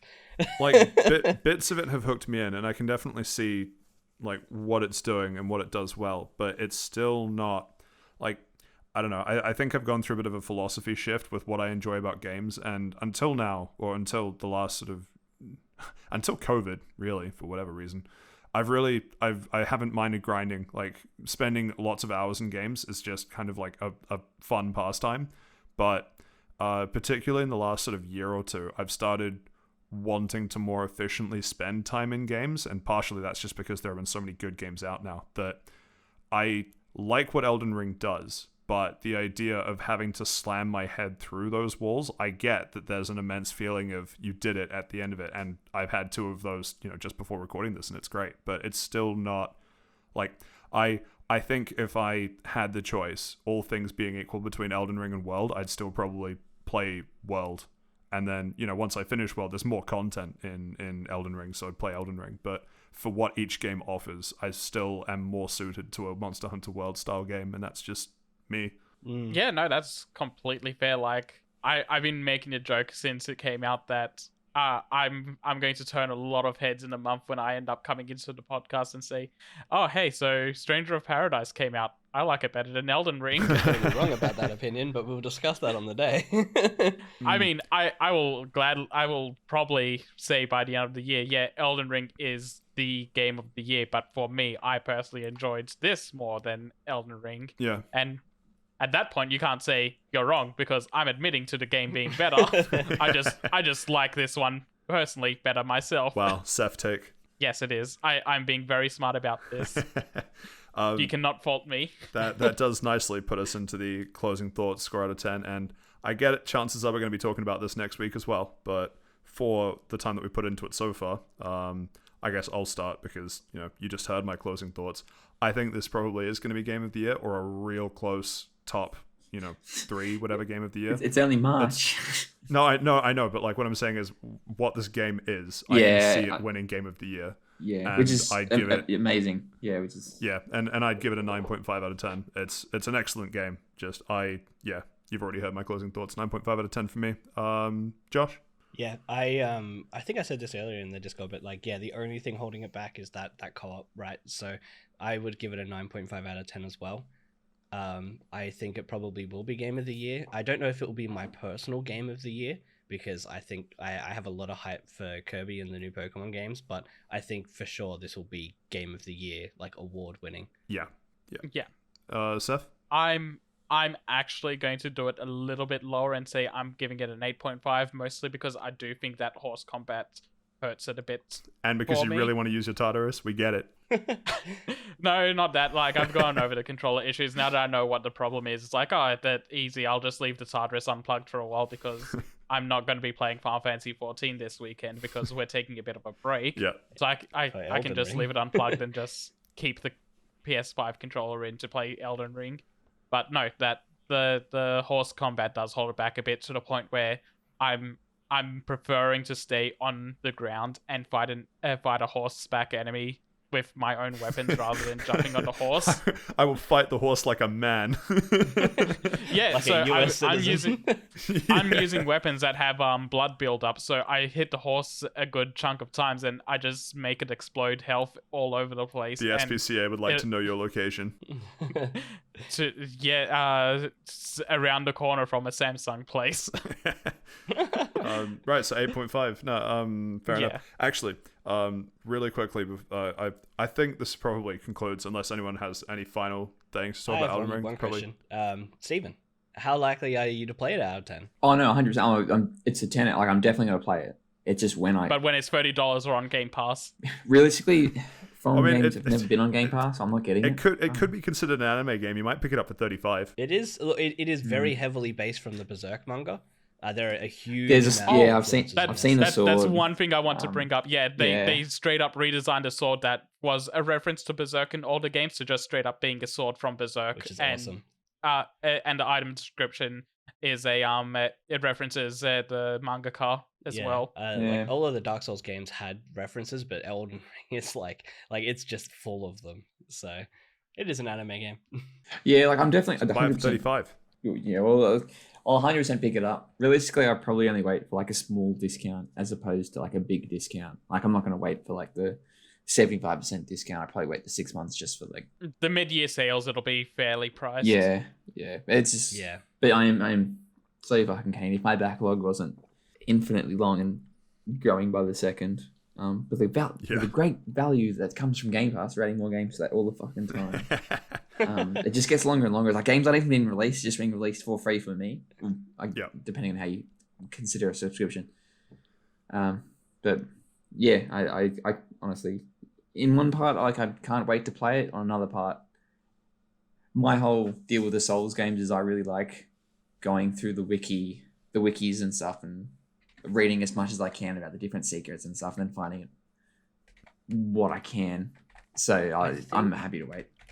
Yeah, this game is like such a hard mix for that because while it's honestly really good playing where there's not a wiki.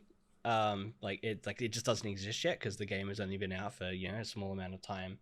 And it's building, so it's interesting to just sort of run into things in this massive open world area that you find, and you just go, oh cool, there's a dungeon here, what's in this dungeon? You might find like more than one boss in that dungeon where there's only one in the other dungeons that you found, and it sort of opens up a whole bunch of experiences for you. But I can also see the other side where you go, oh cool, a dungeon, I'm going to Google and see exactly what's in here so I don't miss anything. Like that's a very Souls way to play a game. So yeah, I guess that experience doesn't exist yet, so that makes sense to wait for it then. Cool. I like how I said 5 minutes ago if we had any final thoughts, and everyone said no. Here we are. We're talking game of the year here, Patrick. No, I had two statements because they're not really discussion points, but just interesting. Steam Deck came out recently, and Elden Ring is marketed as a game that meets all compatibility checks. So to anyone that has a Steam Deck, apparently Elden Ring, I guess, according to Valve, would be an excellent experience on a Steam Deck, which, cool. Breath of the Wild, but Steam Deck, I guess. The other thing, shoot, I'm not even sure if I remember the second thing now. So I had it right on the tip of my tongue, and then 5 minutes happened. Tip of your tongue, the back of your lungs. No, it might be that we just That's move on. an old song reference. Yeah, we'll cut this. We probably won't. Yeah, probably not. Hi everyone. Shoot. It's going to randomly come back to me at some point just in the next, 20 minutes. It'll come back to you when you go to sleep. Oh, no, I remembered it. Because it wasn't about Elden Ring. It was when you mentioned... No. It was because it was when Josh mentioned that, also excited for Pokemon games. That the fact that Elden Ring... It's a compliment to Elden Ring, but it makes me more annoyed at how Arceus came out, where a whole bunch of NPCs to me at least, having played 10 hours, seems like a lot of them are just, they only have a couple lines of dialogue. How hard is it, Nintendo, to put how hard is it to put voices in Pokemon? That's all I'm asking.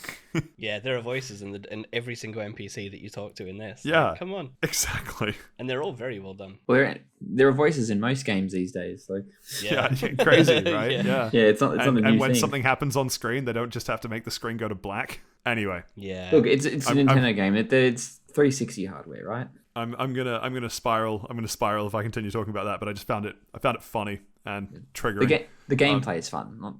I've actually played more Arceus this week. It's great, isn't it? It gets vaguely better. Yeah. I played the new update. It's pretty cool. Cool. But with that, we have finished Round the Lounge for this week. Thank you, everyone. And we get to move on to part 2, which is news. First up on the docket, we have the interesting situation where the All-Star Brawl devs down at Nickelodeon saw how much we were talking shit about it and then thought, let's just add it to the Humble Monthly bundle. That way people will, give it a slight bump in player count. Does that make any of us want to play it? Yes, I'm absolutely going to play it for that exact reason. Also, it comes with Mass Effect Legendary Edition, so if anyone hasn't played it, 10 out of 10. Give it a go. It depends how much money I have to pay for the game. It's about $17 redos. In New Zealand Ooh, money or in Australian money? That's New Zealand, I think. I think I only paid 17. I don't know if the Humble Bundle thing shows in New Zealand. I paid it because it's that's relatively cheap for what you get, so I paid it anyway. But yeah, 18-ish. Yeah, I think it's 12 Australian for the choice one. It is, yeah, $12 Australian. Wait, no, sorry. It's $17 Australian, but you can get it for 12 if it's your first month doing it. I'm just looking at it now. So it comes with actually a few good games: Desperados 3, Mass Effect Legendary Edition, Nickelodeon All-Star Brawl, the Dark Pictures Anthology, Man of Medan, which is a game that we were talking about fairly recently, Nebuchadnezzar, Red Solstice 2, Police Stories, and Evans Remains. So there's a couple of good games in there. Sweet. The main thing, though, being that we will finally get to try All-Star Brawl, and I don't know, get to play it for 10 minutes and then drop it like the hot shit that it is that everyone else has been doing. Seth, you gonna play it? Cool. Looking forward to it. Steve, you gonna play it? No, I will not be getting that. Fair enough. It's the only Is game that- that'll run on your laptop. is that going to take it out of the Elden Ring money? Yeah. If $17 is going to throw Elden Ring out, then I think I've got other problems. I just want to point out that you can buy this game separately on Humble Bundle for $70. Yeah, but the more games you buy, then I have to go and finish them eventually. And Think about it, Steve. That's worth 2 anime games. No, you said it like that. I do want the SpongeBob Mass is an Effect. anime. Yeah, I do want the Mass Effect Legendary Cat Edition. Talk is an anime. The Well, technically- Mass Effect Legendary Edition is worth the $17 on its own, absolutely. Oh, Oh, no, yes, 100%. But it's on Game Pass, so I don't have to pay that money. Okay, but it's not on Game Pass on PC, but yeah. Anyway, Yeah, well, we're sorry, getting Xbox bogged down in V1. the details. Look forward to us trying out All-Star Brawl and absolutely shitting on it in a future episode. Next up on the docket, though, Seth, you back? yeah. Sorry, my dogs were barking and I had to go fix them up. Oh, What did you Jesus. do to the dogs? Dog. Just let them out of the room so they stop barking. Yeah, Just keep put a telling marking yourself. down in front of them that just says "dog!" exclamation mark, and people are rating it. Maybe, I'm already at 9999. maybe it's a New Zealand thing, but when you say you get that you're going to go fix a dog, it means it means de-sex. Yeah, no, just Anyway, Yeah, whoop, no. off with the nuts. Yeah. So, Seth, you are still trapped in mobile game hell. Tell us about it. Yeah, so Kingdom Hearts has some mobile games that are canon to the story, and Fucking one course of them they has do. had, yeah, and you not the know? one called Kingdom Hearts Dark Road has had its last story beats delayed indefinitely at the moment. They were meant to come out on winter, and hey, surprise, surprise, the last day of February they announced that they're going to be delaying it to an unspecified time. It's funny because I remember you talking about this in the news, being like, "I can finally stop playing this game," and they're like, "Ha ha ha!" Yeah, it's not even that I played the game. I just follow the story beats on when people upload it on YouTube. But I want everyone to be free. But yeah, I imagine they're going to drop the update when they do the 20th anniversary event later this year, around April, I think it was. So hopefully it's then, and we can all get past this mobile game story. All right, I'm gonna ask it. What the fuck Go type of on. game is this? Is it like a gacha game? Is it a cookie clicker? Like, So it's like Elden Ring. oh, okay, It's- good. So it's the greatest it's- game in the world. All right, enough said. It's it's a mix between a gacha game and like an endless clicker of like enemies will keep spawning and you just keep swiping attacks until they're dead. And the gacha so is the it's attacks like- that you use. So it's What's Fruit that Ninja. game called? Tap King or something? No, Fruit Ninja with Maybe people. something like that. Oh, Tap Titans. It's what is a ripoff of. That's a good Yeah, game. could be like that. Never heard of it. Anyway, I used to next play a up on the docket, Piccolo got a cool new transformation in a trailer for is it a movie coming out? Yeah, a movie coming out in April in Japan. So describe the animation to those of us that aren't on video, which is all of us. The animation of his transformation. Yes.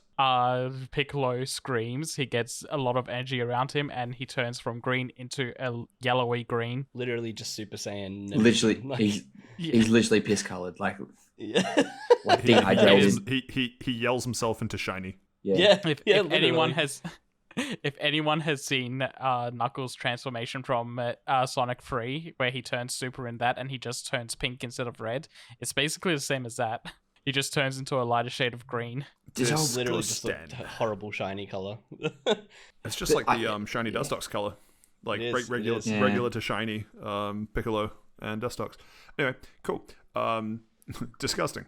Anyway, next up on the list, we have news that Funimation and Crunchyroll are being merged into Funnyroll, or is it Crunchy No. Nation? No, it's just Crunchyroll. It's just Crunchyroll. Funimation is dead. Crunchyroll is all that lives. I want to speak about this because they killed the Australian and New Zealand company that was Anime Lab when Sony bought them. Yeah, I They know. killed them, and they had an amazing app, and it worked really well, and it was incredible. And it was cheaper, and then they merged it into Funimation. And all I've seen under every comment thread for Funimation ads that I get shown on a daily basis is, "Hey, bring back Anime Lab. Why don't you just use Anime Lab's UI?" Blah blah blah blah. And in the background, Sony has been working and changing a lot of since they bought Crunchyroll last year. Changed a lot of that stuff, and there's a lot of things in there that are very similar design to what Anime Lab was. And they've now released the Crunchyroll beta for that, and it's much better. And now, because of the backlash they've gotten on Funimation, they're just merging everything into Crunchyroll and being like, "We're good now," and trying to sweep it under the rug. I also think it's a thing of like, why make people pay for 2 subs when both are owned by Sony anyway? Yeah, and the weirdest part is like Anime Lab, when they merged into Funimation, you lost access to a lot of animes that were on Anime Lab despite it merging. Yeah. And then they even like some of the stuff that Funimation owns isn't on there, like the Dragon Ball Z and stuff like that. It's not even on there. So it's like, why does this exist? So then they've started moving a lot of that stuff to Crunchyroll, and like I refuse to use Funimation. Like I tried it once and it's horrible. The app is garbage. It crashes. You're lucky to like buffer. You're lucky to not buffer. Sorry. And then the new Crunchyroll they've been using has been working really well. So I'm really glad that they're actually coming to senses and merging it as one.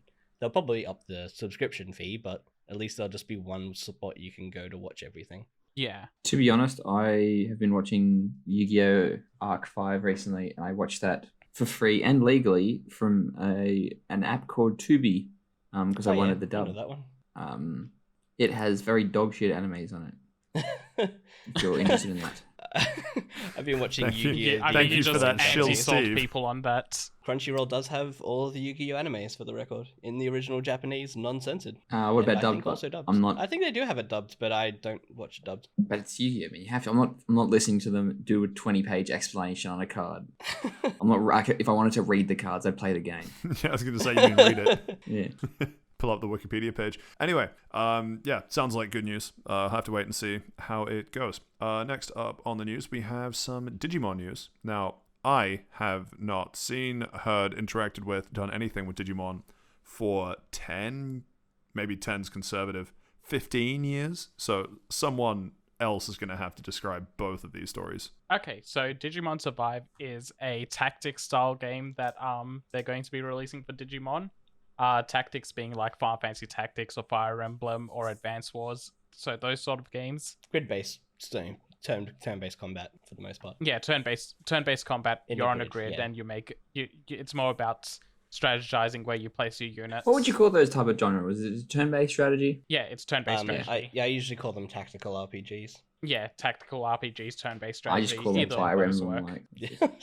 like, for lack of a better word. It's like the Dark yeah, Souls of Fire Emblem, of Digimon. There was a very long Digimon stream that was going on that was very boring. I tuned out Yeah. pretty early into it. Yeah, you because said a it was lot of pretty shit, so I'm like, you know what? I'm not gonna stop playing Dark Souls for a bit. Yeah, a lot of the questions that came down to, hey, this person from the community wants to know, are you going to do anything with this game? Are you going to remaster it or port it or anything? And all the answers to every single one of those were very cookie cutter and dry. Like, yeah, we've thought about it. It costs money. And we're not going to say no, but we're also not saying yes. But yeah, Digimon Survives. They announced that.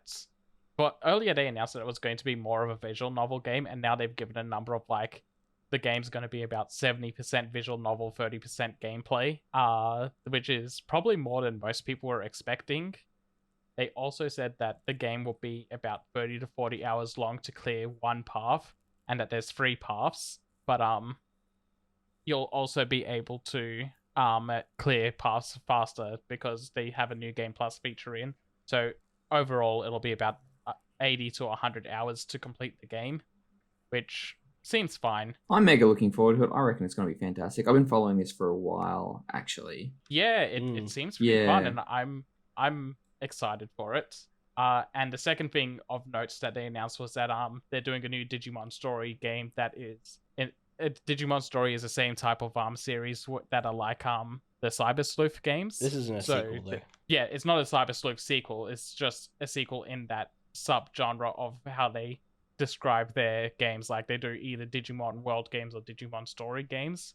So there's going to be a new game in that line of Digimon's games. They did also say though that that they were looking at doing a like it's under consideration for which is actually in this article, for Digimon World remaster or a port, and I would be so unbelievably hyped for that. That would be an amazing game. Everyone's reporting on that, but that's from the thing where I said earlier where people were sending questions about that, and they weren't announcing or denying anything. They're just like, yeah, it costs money, we've considered it. Yeah. So never say never. Never say never, but that was a game, like a genre defining game for my childhood. That was amazing. Yeah. So I'd be really keen to see that. Yeah, I saw that and I was getting excited for it, and then I realized, oh, they're just saying the corporate speak of nothing's in development at the moment, but maybe someday. Yeah, exactly. Maybe they do a Kickstarter on it, see if they can fund it.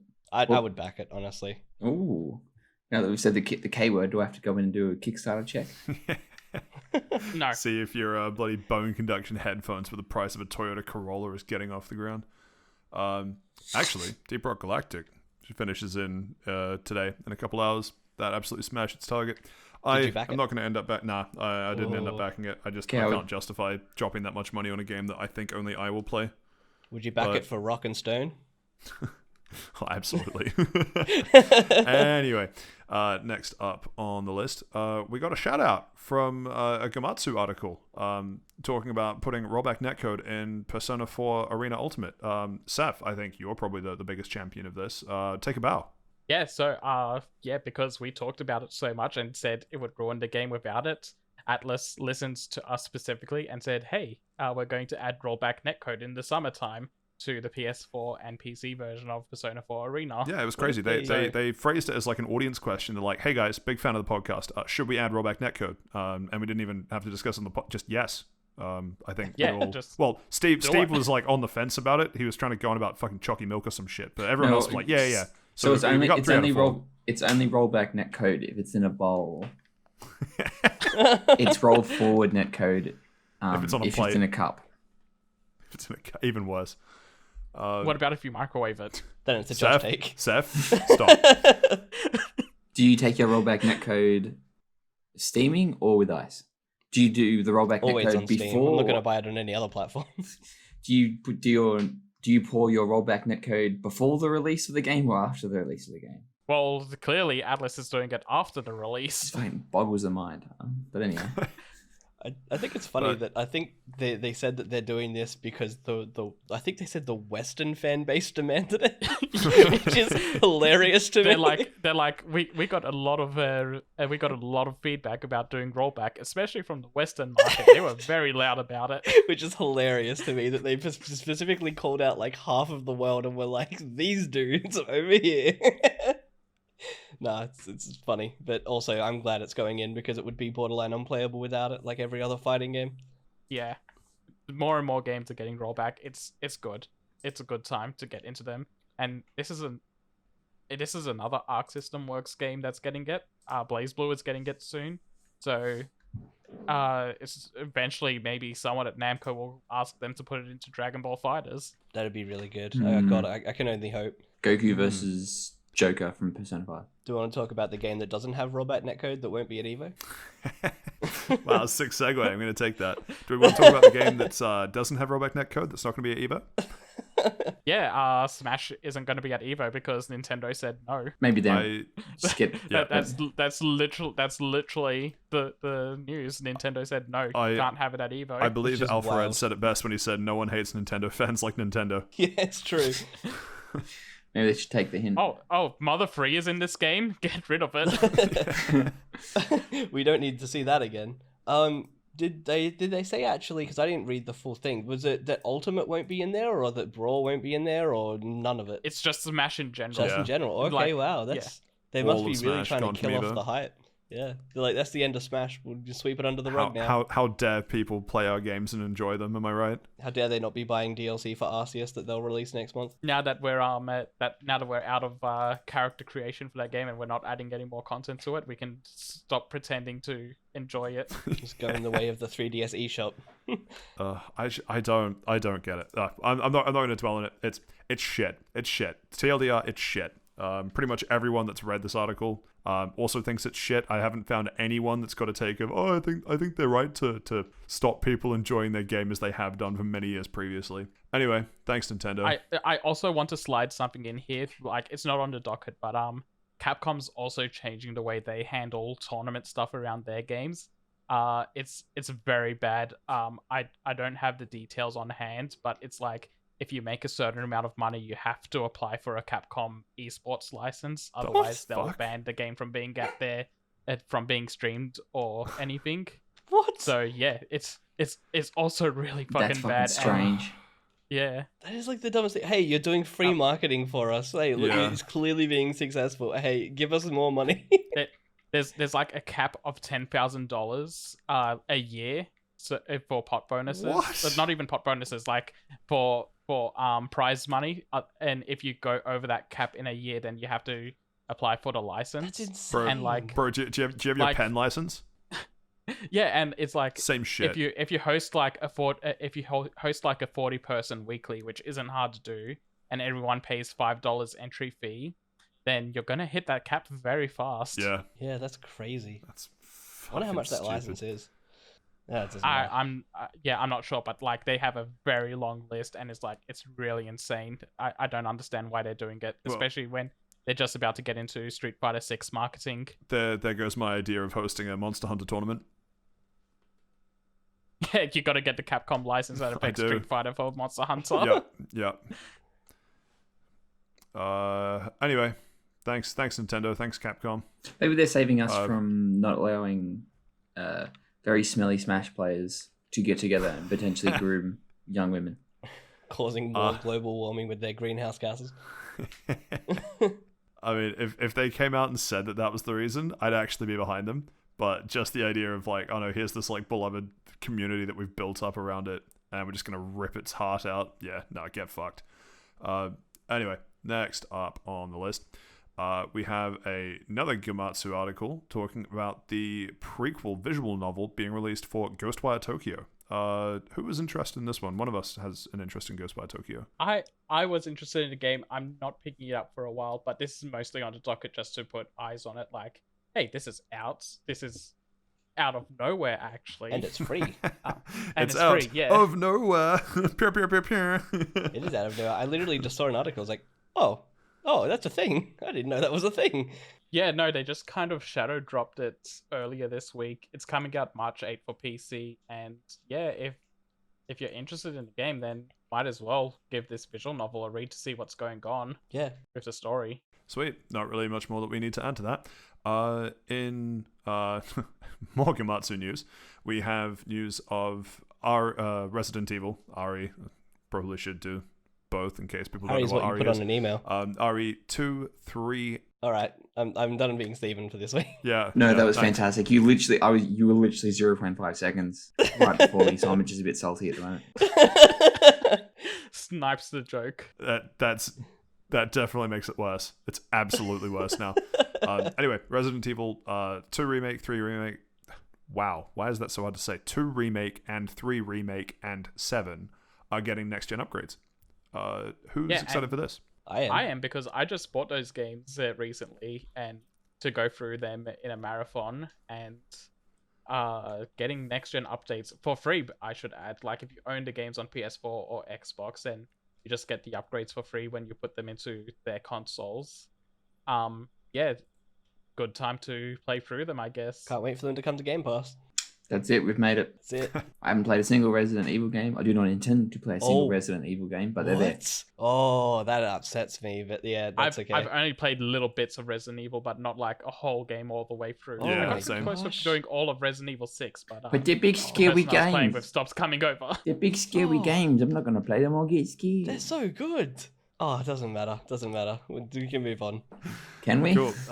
We can move on to what I think is perhaps my favorite news of the week.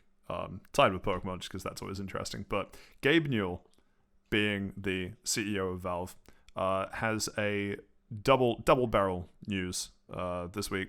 The first one, because we'll get that out of the way quickly, is that for a while, I didn't even realize this, Steam took Bitcoin as a payment system, as an acceptable payment system, and it came out recently in an article from Decrypt that half of the Bitcoin transactions used on Steam were fraudulent. I think they retired the system a couple years ago, but 50%. 50%, yeah, that's nuts. Yeah, it's I remember seeing that Bitcoin was an option for payment like a year, maybe 2 years ago, and like I didn't pay attention to it being gone, and it was just suddenly, oh hey, it's gone because so many people were fraudulently buying games using Bitcoin. It's like, wow. Yeah, What? Yeah, Gabe came out and pretty much said, yeah, like every transaction made with Bitcoin was fraudulent. I'm like, no Between- thanks.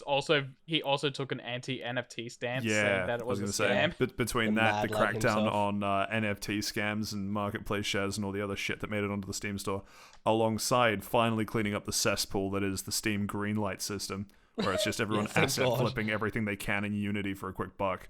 Man, Gabe Newell, what a guy. But the better news for this week, and my favorite story, is that he signed and hand-delivered a bunch of the first batch of Steam Decks to people around, I guess, Seattle, right? Because it was around Valve headquarters. Yeah, it was the Seattle area. And he brought an entire film crew along for the ride. And the mix of reactions of people getting a signed Steam Deck from Gabe Newell it's fantastic, because one, all he needs is the red coat and he could literally be Santa. And two, you just get this sick mix of reactions where, you know, Gabe Newell's a pretty recognizable guy. I think even people listening to this would probably know who Gabe Newell is, and they already have the mental image of him. You know, showering people in 75% off coupons. And or so, or you're already thinking of the exact way he introduces himself of going, "Hi, I'm Gabe Newell, yeah, exactly. Yeah. CEO of Valve." And he does the same thing just on people's doorsteps with the camera crew behind him. And you have some people that are like freaking out, like, "Oh, you're hi, you're him, you're the guy, hello." And I think my favorite reaction was he was delivering a console for, I don't know, it was like Meg or something. I didn't quite catch the name, but someone who wasn't home, and it was either a partner or a parent or a friend or someone that answered the door instead. It's like, oh, And hey, so- thanks. Yeah. And so Sure. Gabe's standing there is like, "Oh, are they home?" They're like, "Oh no, they're out at the moment." Like, "Oh, okay. Well, I have the Steam Deck," and so they just take it. Like, "Thanks." Thanks. And is there anything else? And Gabe's just kind of standing at the door, just chilling. That's And so... they turn and see the camera and it's like, "What's with the film crew?" Yeah. But just imagine being that person coming back, like, "So how was your day?" Like, "I don't know, some weird delivery driver, like with a film crew came to deliver your Steam Deck," and then you see seeing that your signed house by- on the video later. Yeah, and it's signed by Gabe Newell. Oh, sick.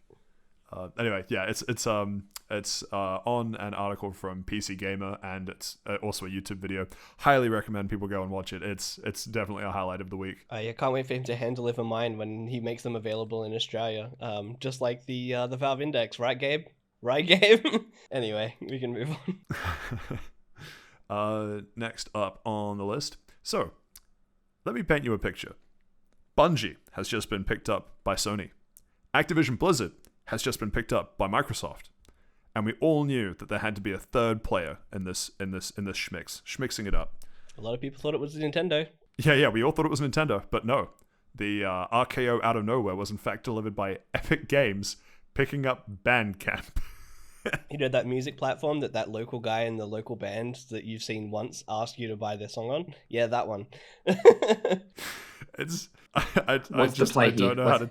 What's the Gigamane trad move that they're trying? I can't work it out.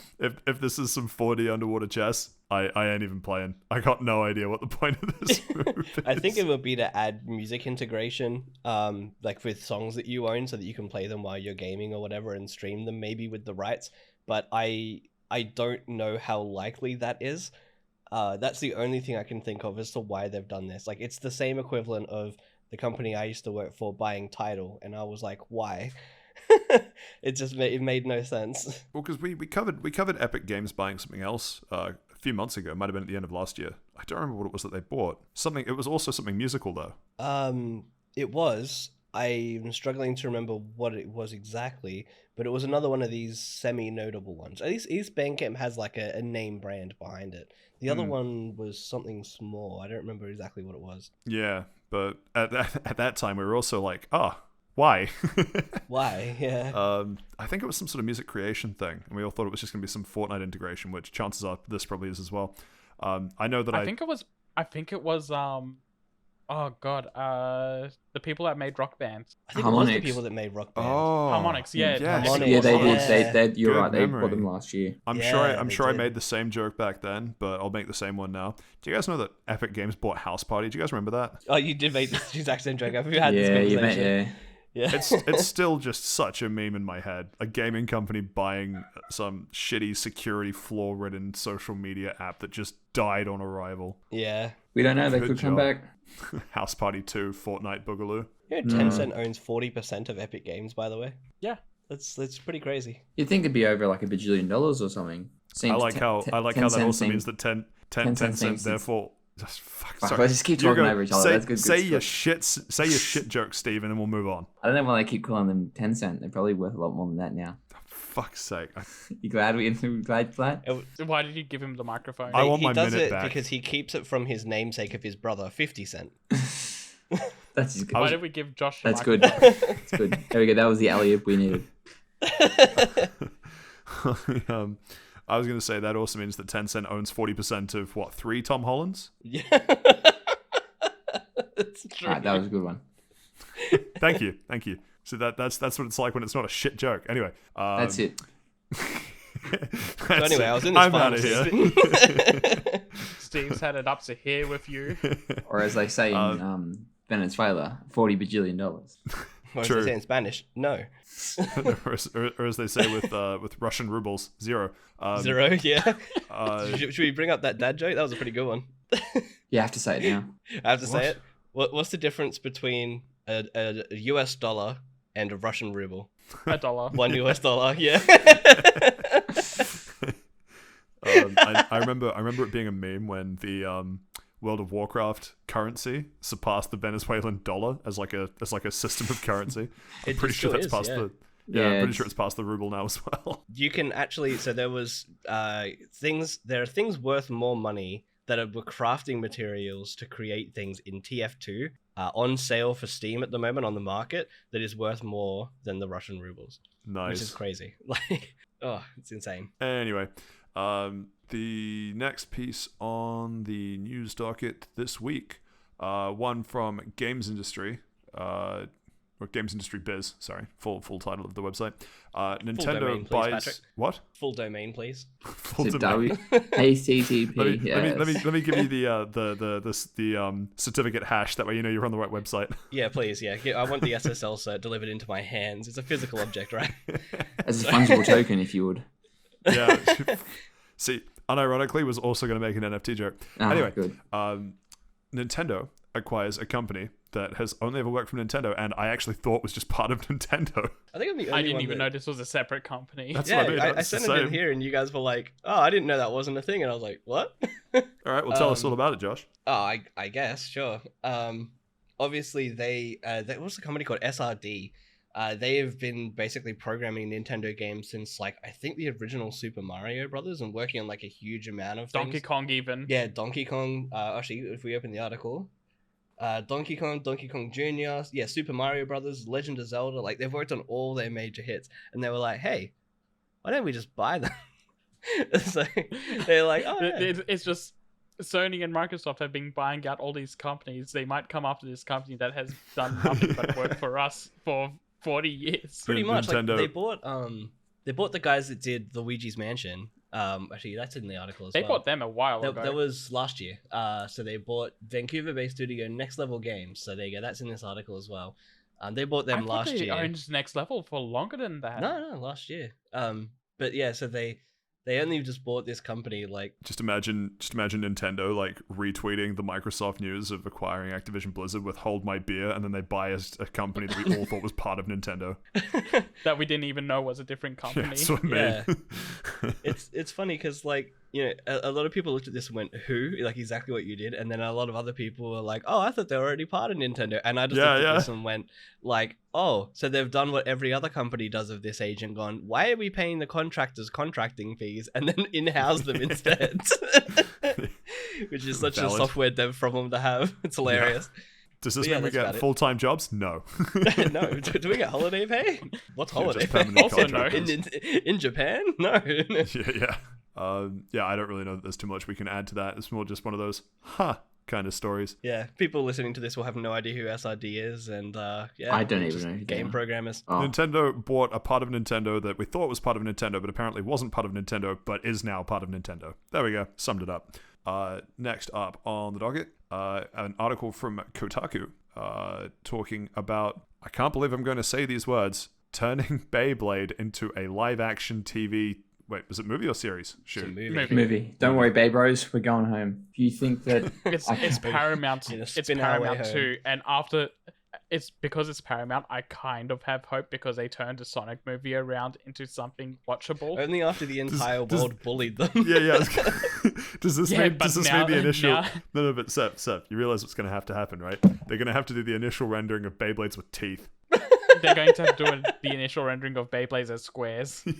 I honestly cannot wait. Like they show the first trailer and they're throwing dice. Oh my god, they're just playing Dungeons and Dice monsters. They show the first trailer and it's just Sonic playing Beyblade. They're like, oh fuck, no, it's meant to be a human. Damn it! It's the original Sonic model.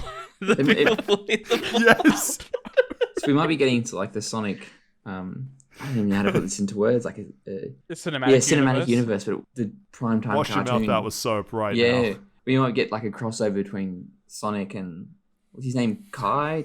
Sonic and Beyblade. Oh, but Sonic's is the Beyblade. Sonic's trying to spin as fast as the Beyblade, but then he summons like Dragoon or something, and it's like 3, 2, 1, let it rip. And then he's like 3, 2, 1, gotta go fast. Man, what I want to see is what they for them to Paramount, do. are you writing this down?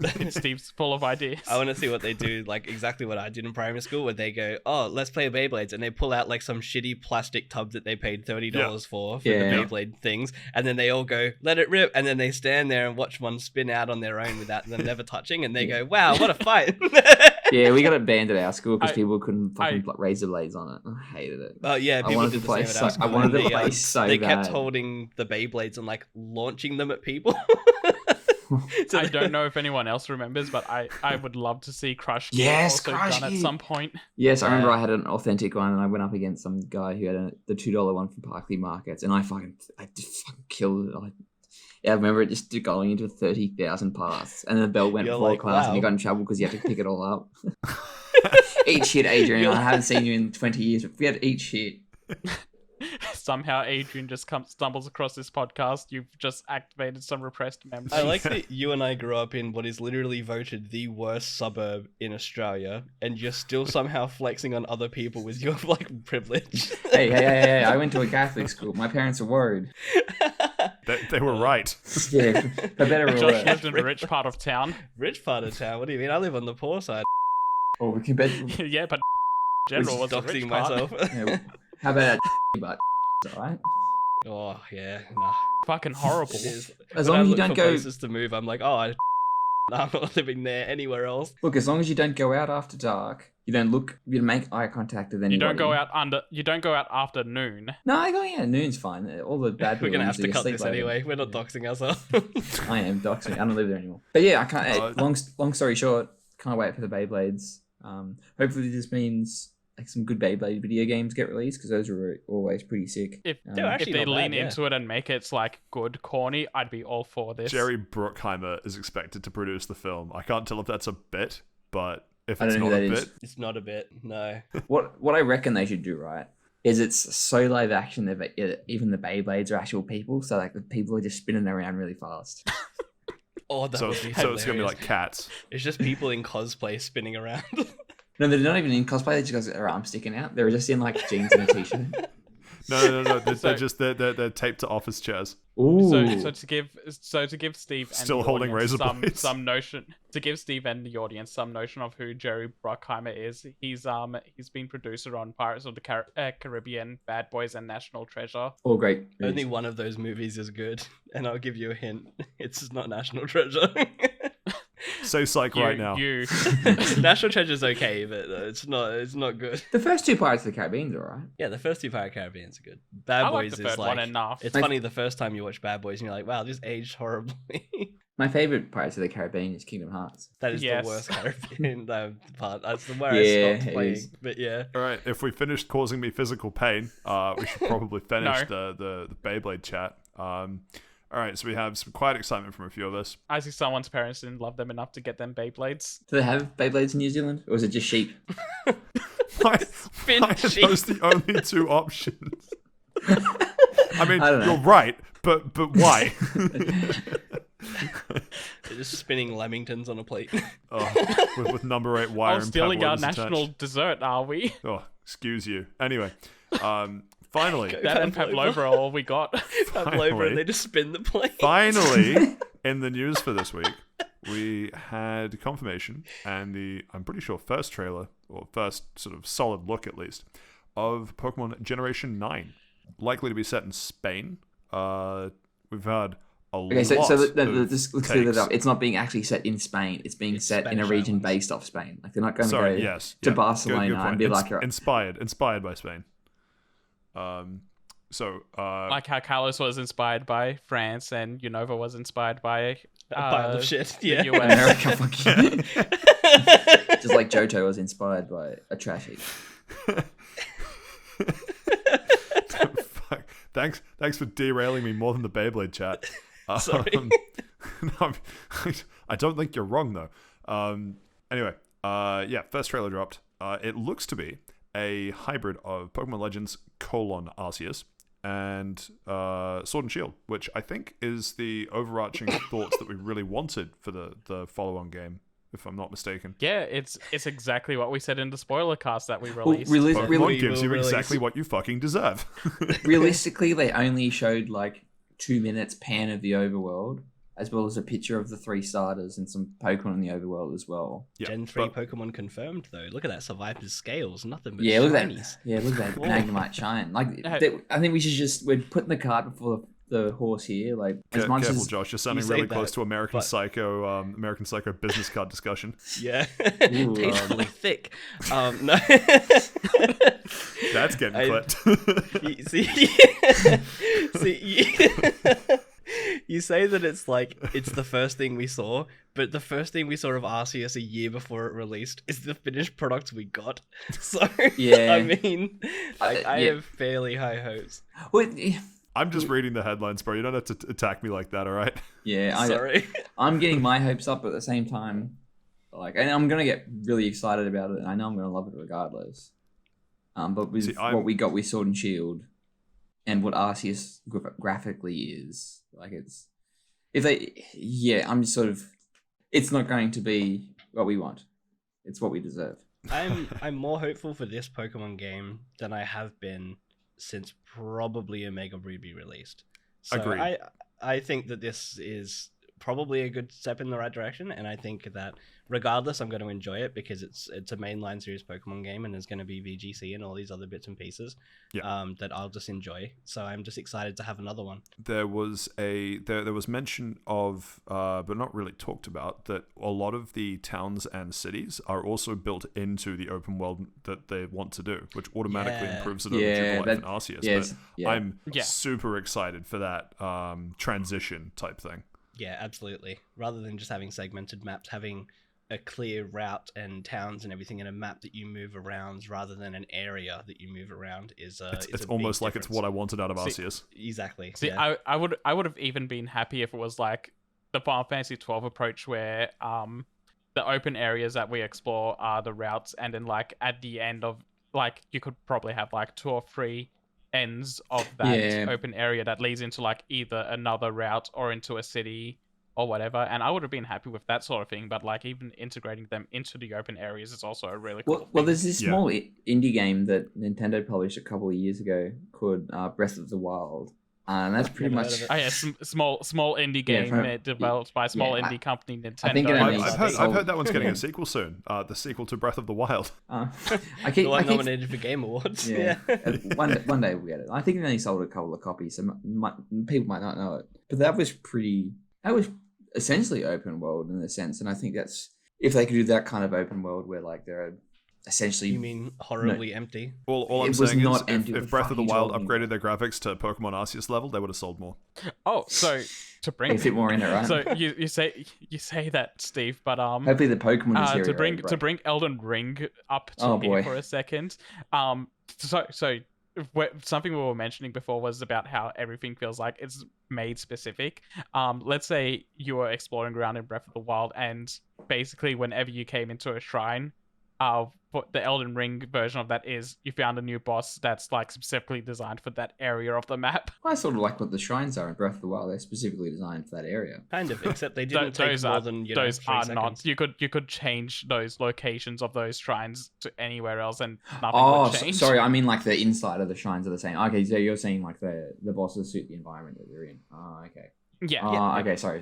Also, the dungeons take longer than about 3 seconds and 2 puzzles. Look at me, I'm Josh. I've got 1,000 IQ. I can solve those puzzles. Some of them, some of those. They're like the easiest puzzles in the world. Have you finished all of them? I heard that the movie Lucy was based on Josh. Yes, Josh Tate. No, one of the puzzles you could solve by turning your Switch upside down. Oh yeah. Oh, just like that was the one. Inkay. That was the one that I was stuck on, and I had to look up a guide for. Like Pokemon looks good. Yeah, can't wait. Very keen. What do we think the gimmick was going to be? So Gen 6 was Mega Evolutions, Gen 7 was Z-Moves, Gen 8 was Dynamax. What do we want? I said this in the chat, but just good gameplay, please. That's all I want. Well, it's a Pokemon game. How about voice acting? Is that a gimmick? So with all JRPGs, there is this thing called Microsoft Excel, and it's very close to what you get. I hated how that sentence started, sure. And where it went did not get better. because we've run the gambit of they turn Super Saiyan / they Digi-Evolve. Yeah. You power up the moves, and then you turn them big. I don't know where we go other than you turn them small. Polymerization. You combine and even them. then, Arceus said to turn them small. If they make fusion Pokemon a thing, I'm just like, it's just Digimon at that They already point. have. Well, like fusion. Like Zekrom and Reshron don't count. They don't count. And neither does Calyrex either. That's just a whole fucking... We've run out of ideas. Sitting on a horse. But if they actually like fuse together like a Pikachu and a Magnemite or something, I'd be like, what the fuck? Take it away. Oh, something I did see somewhere was someone mentioned World of Final Fantasy style stacking. Oh, please no. That's horrible.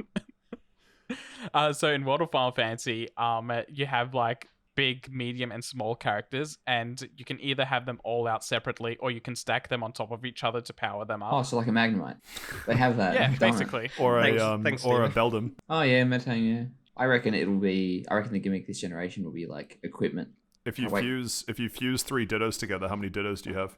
A Ditto. You've just got a good time for the night. Did you know Vapor? So Vaporeon. Nothing but anti-bangers from Steve tonight. Damn. It sounds like he wants Bear bangers. with you with a Ditto, it wouldn't be an anti-banger. That's the whole point, big fella.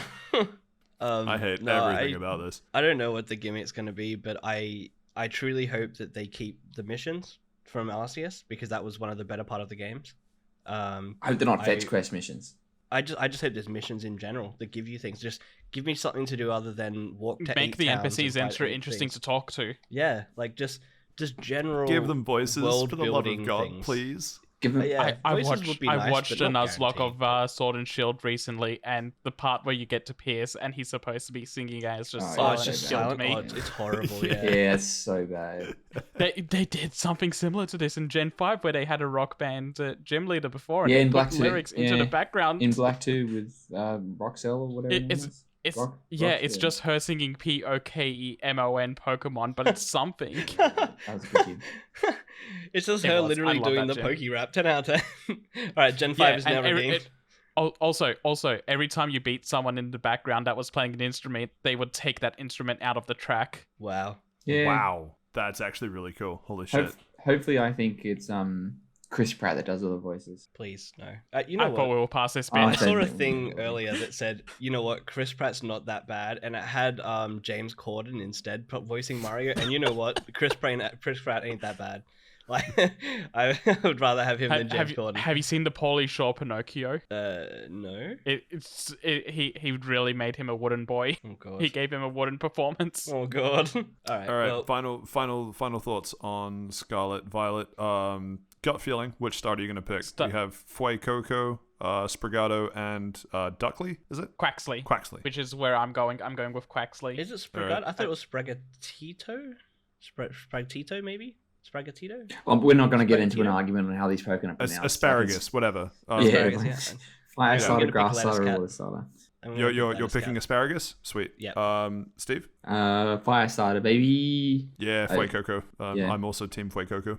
I've chosen it. I'm very tempted for Fuecoco because I've seen so much fan art that's just melted my heart. Don't around it, fall but, for the fan art. Do not fall for the amount of evolutions Not- that not I've to seen that are mention- fan arts. Have like they're not going to look anything like that. Like you're just getting your hopes up. Not to mention No, the, it's the not craft like singles final on evolution Fuecoco. stuff. It's just what's been announced and like people making cute fan art around it. Like it's already canon to the Pokemon fan base that Fuecoco and Totodile are best friends. Yeah, I've seen that. So now I It's need to cute. make a team at some point that is for Alligator and Fuecoco's final evolution together. I think And was it- and Sandile. Yeah, Crocodile. And yeah. Sandile, yeah. Crocodile, And yeah. Garchomp. And Gibble. Yeah. And Whismer has been put into that fold as well. What are you gonna pick? What? I picked Quaxly. No, No. Patrick. I picked No, Quaxly. Pat. Yeah, Fuecoco. Patrick said he was Fuecoco. Fuecoco? All right.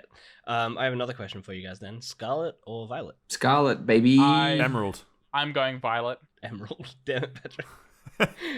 I want Battle Frontier. There might be a Battle Frontier in this one. You don't know. All right, There which won't one? be. Scarlet or Violet? I guess Violet, because that's normally the order that I've been going in, but they're so nondescript. I don't even know what the different, like, obviously there's gonna be differences One's between purple them. and one's red. One's violet Are you- and one's scarlet. Oh, because like the colors. Oh no way. Yeah. So it's like red and blue. So scarlet's like red and violet's like. Actually, no. Green was the first one released in Japan. It was, yeah. Yeah, it always confuses me when they do that because it's like they're going with the US version instead of the Japanese version. And they go back and forth because it was Fire Red and Leaf Green, but then X and Y had the red and blue motif, and now they're doing Scarlet and Violet. You're also forgetting that which is red Violet and is blue. not blue. It's Yeah, purple. and It's got yeah, blue in they're it. doing Violet, which is yeah, yeah, so there's a lot of Violet colours. is more towards the blue side of purple. I guess.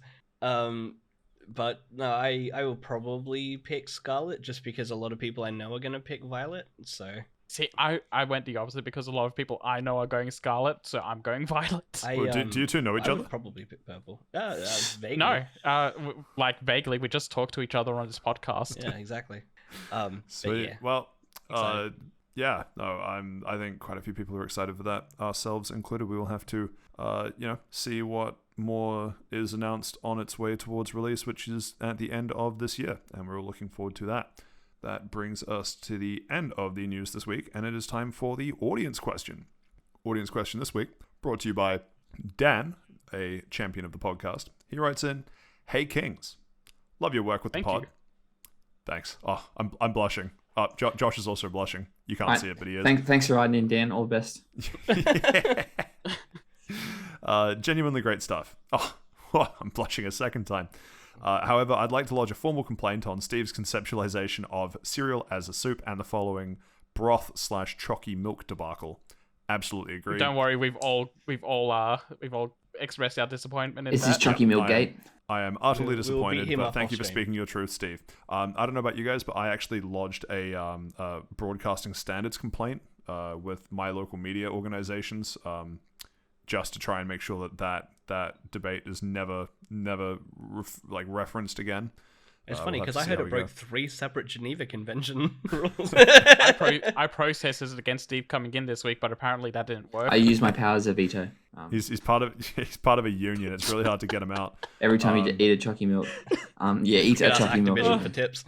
Anyway, my audience question for this week is as follows: what game or series do you recommend to non-gamers to get them excited about video games, and why?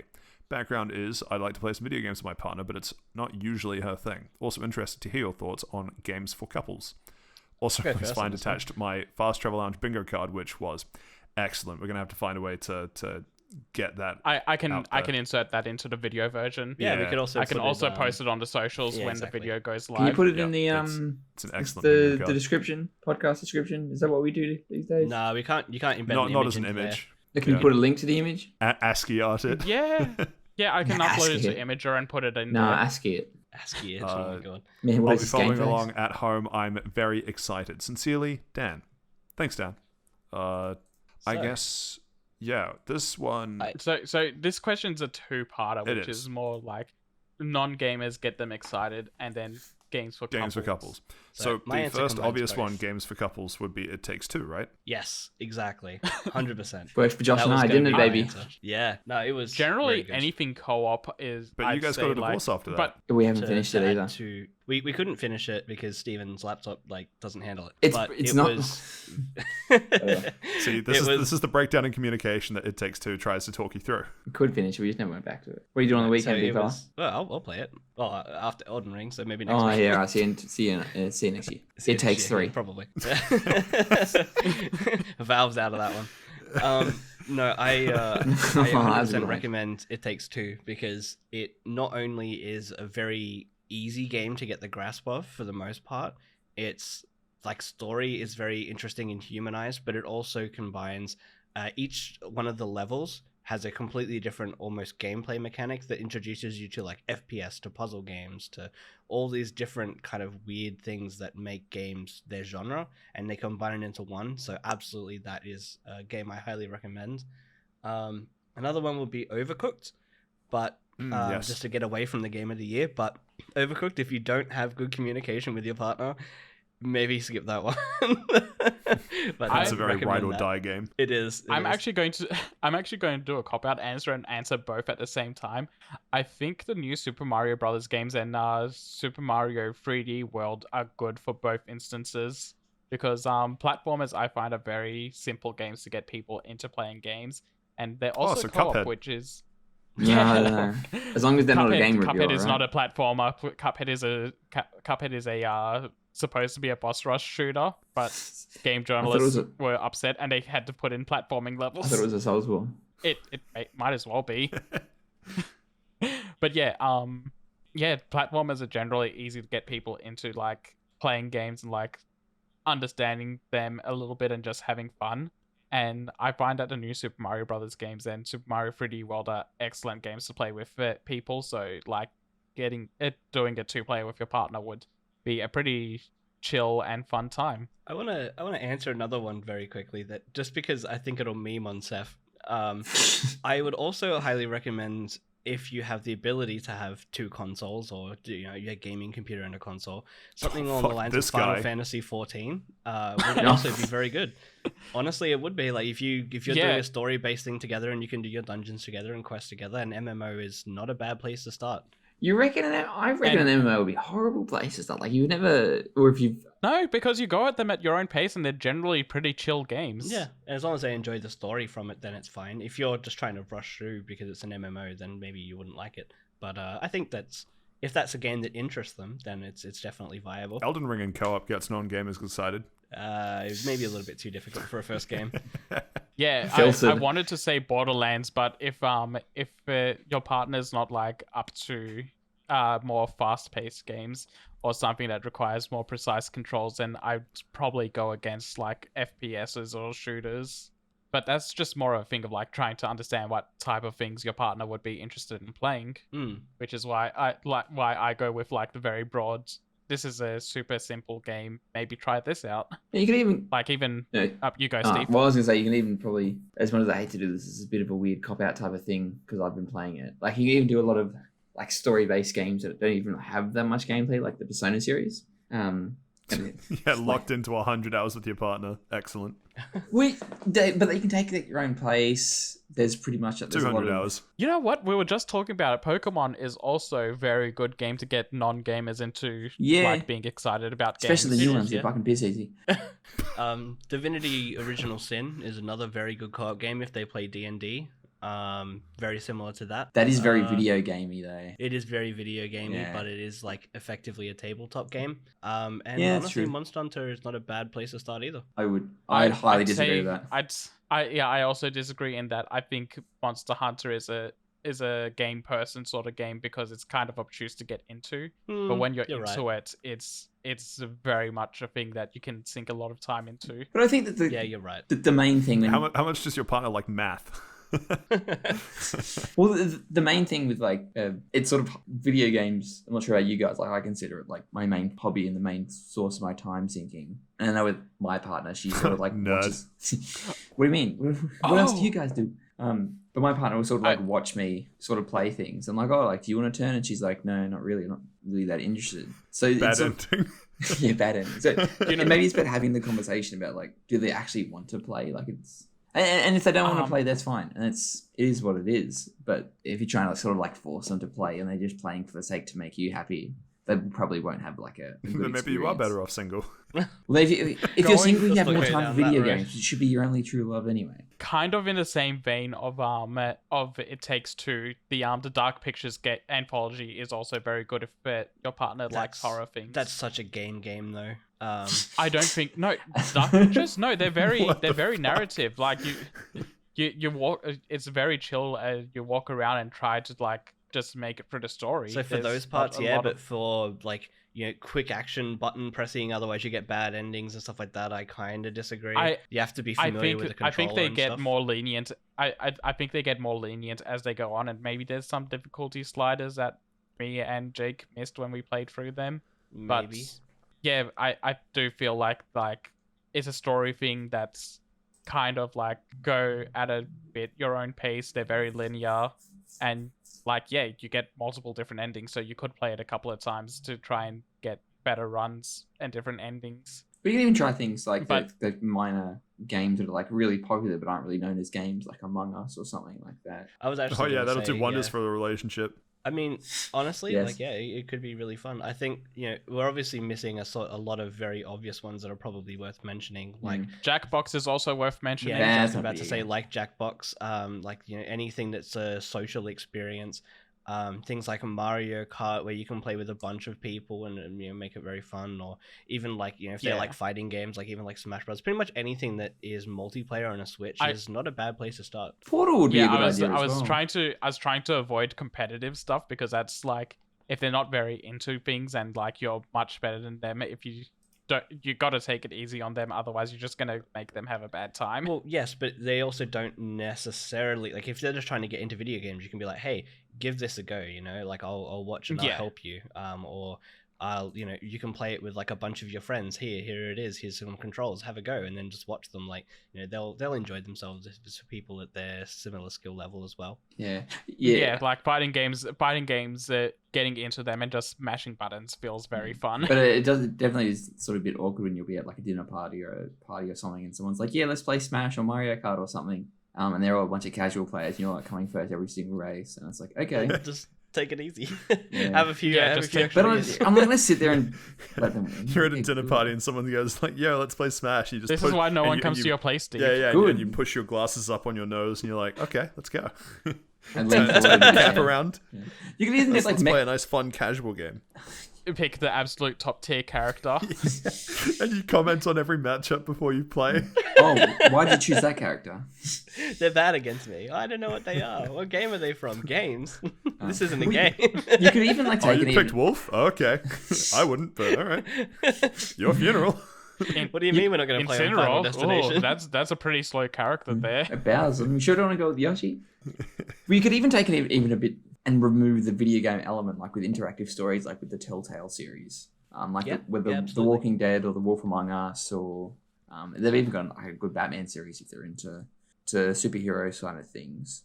Get them started on that, and they're usually fairly cheap, and they're semi quick as well. You can sort of sit down and you've got like a whole lot of time to like make your decision, and you can see the different endings, and it could be fun. Honestly, Skyrim is also not a bad first game. Very easy for the most part, with difficulty spikes that will help you improve. I can see Dan's next week's question. Hey, my girlfriend won't stop playing Skyrim. Yeah. Hey, she spent 100 hours in this, and the plants are rotting. Please help. My girlfriend started playing Persona. What is a waifu? She's playing Yakuza, and she keeps asking me what these weird quests are about. She keeps asking me who I think is the best girl, and I keep saying I'm not going to answer that. It's just asking for a fight. Honestly, like a lot of people I know that don't play many video games have played and loved Skyrim, so that's not a bad place to start. Well, realistically, do we want the real elephant in the room?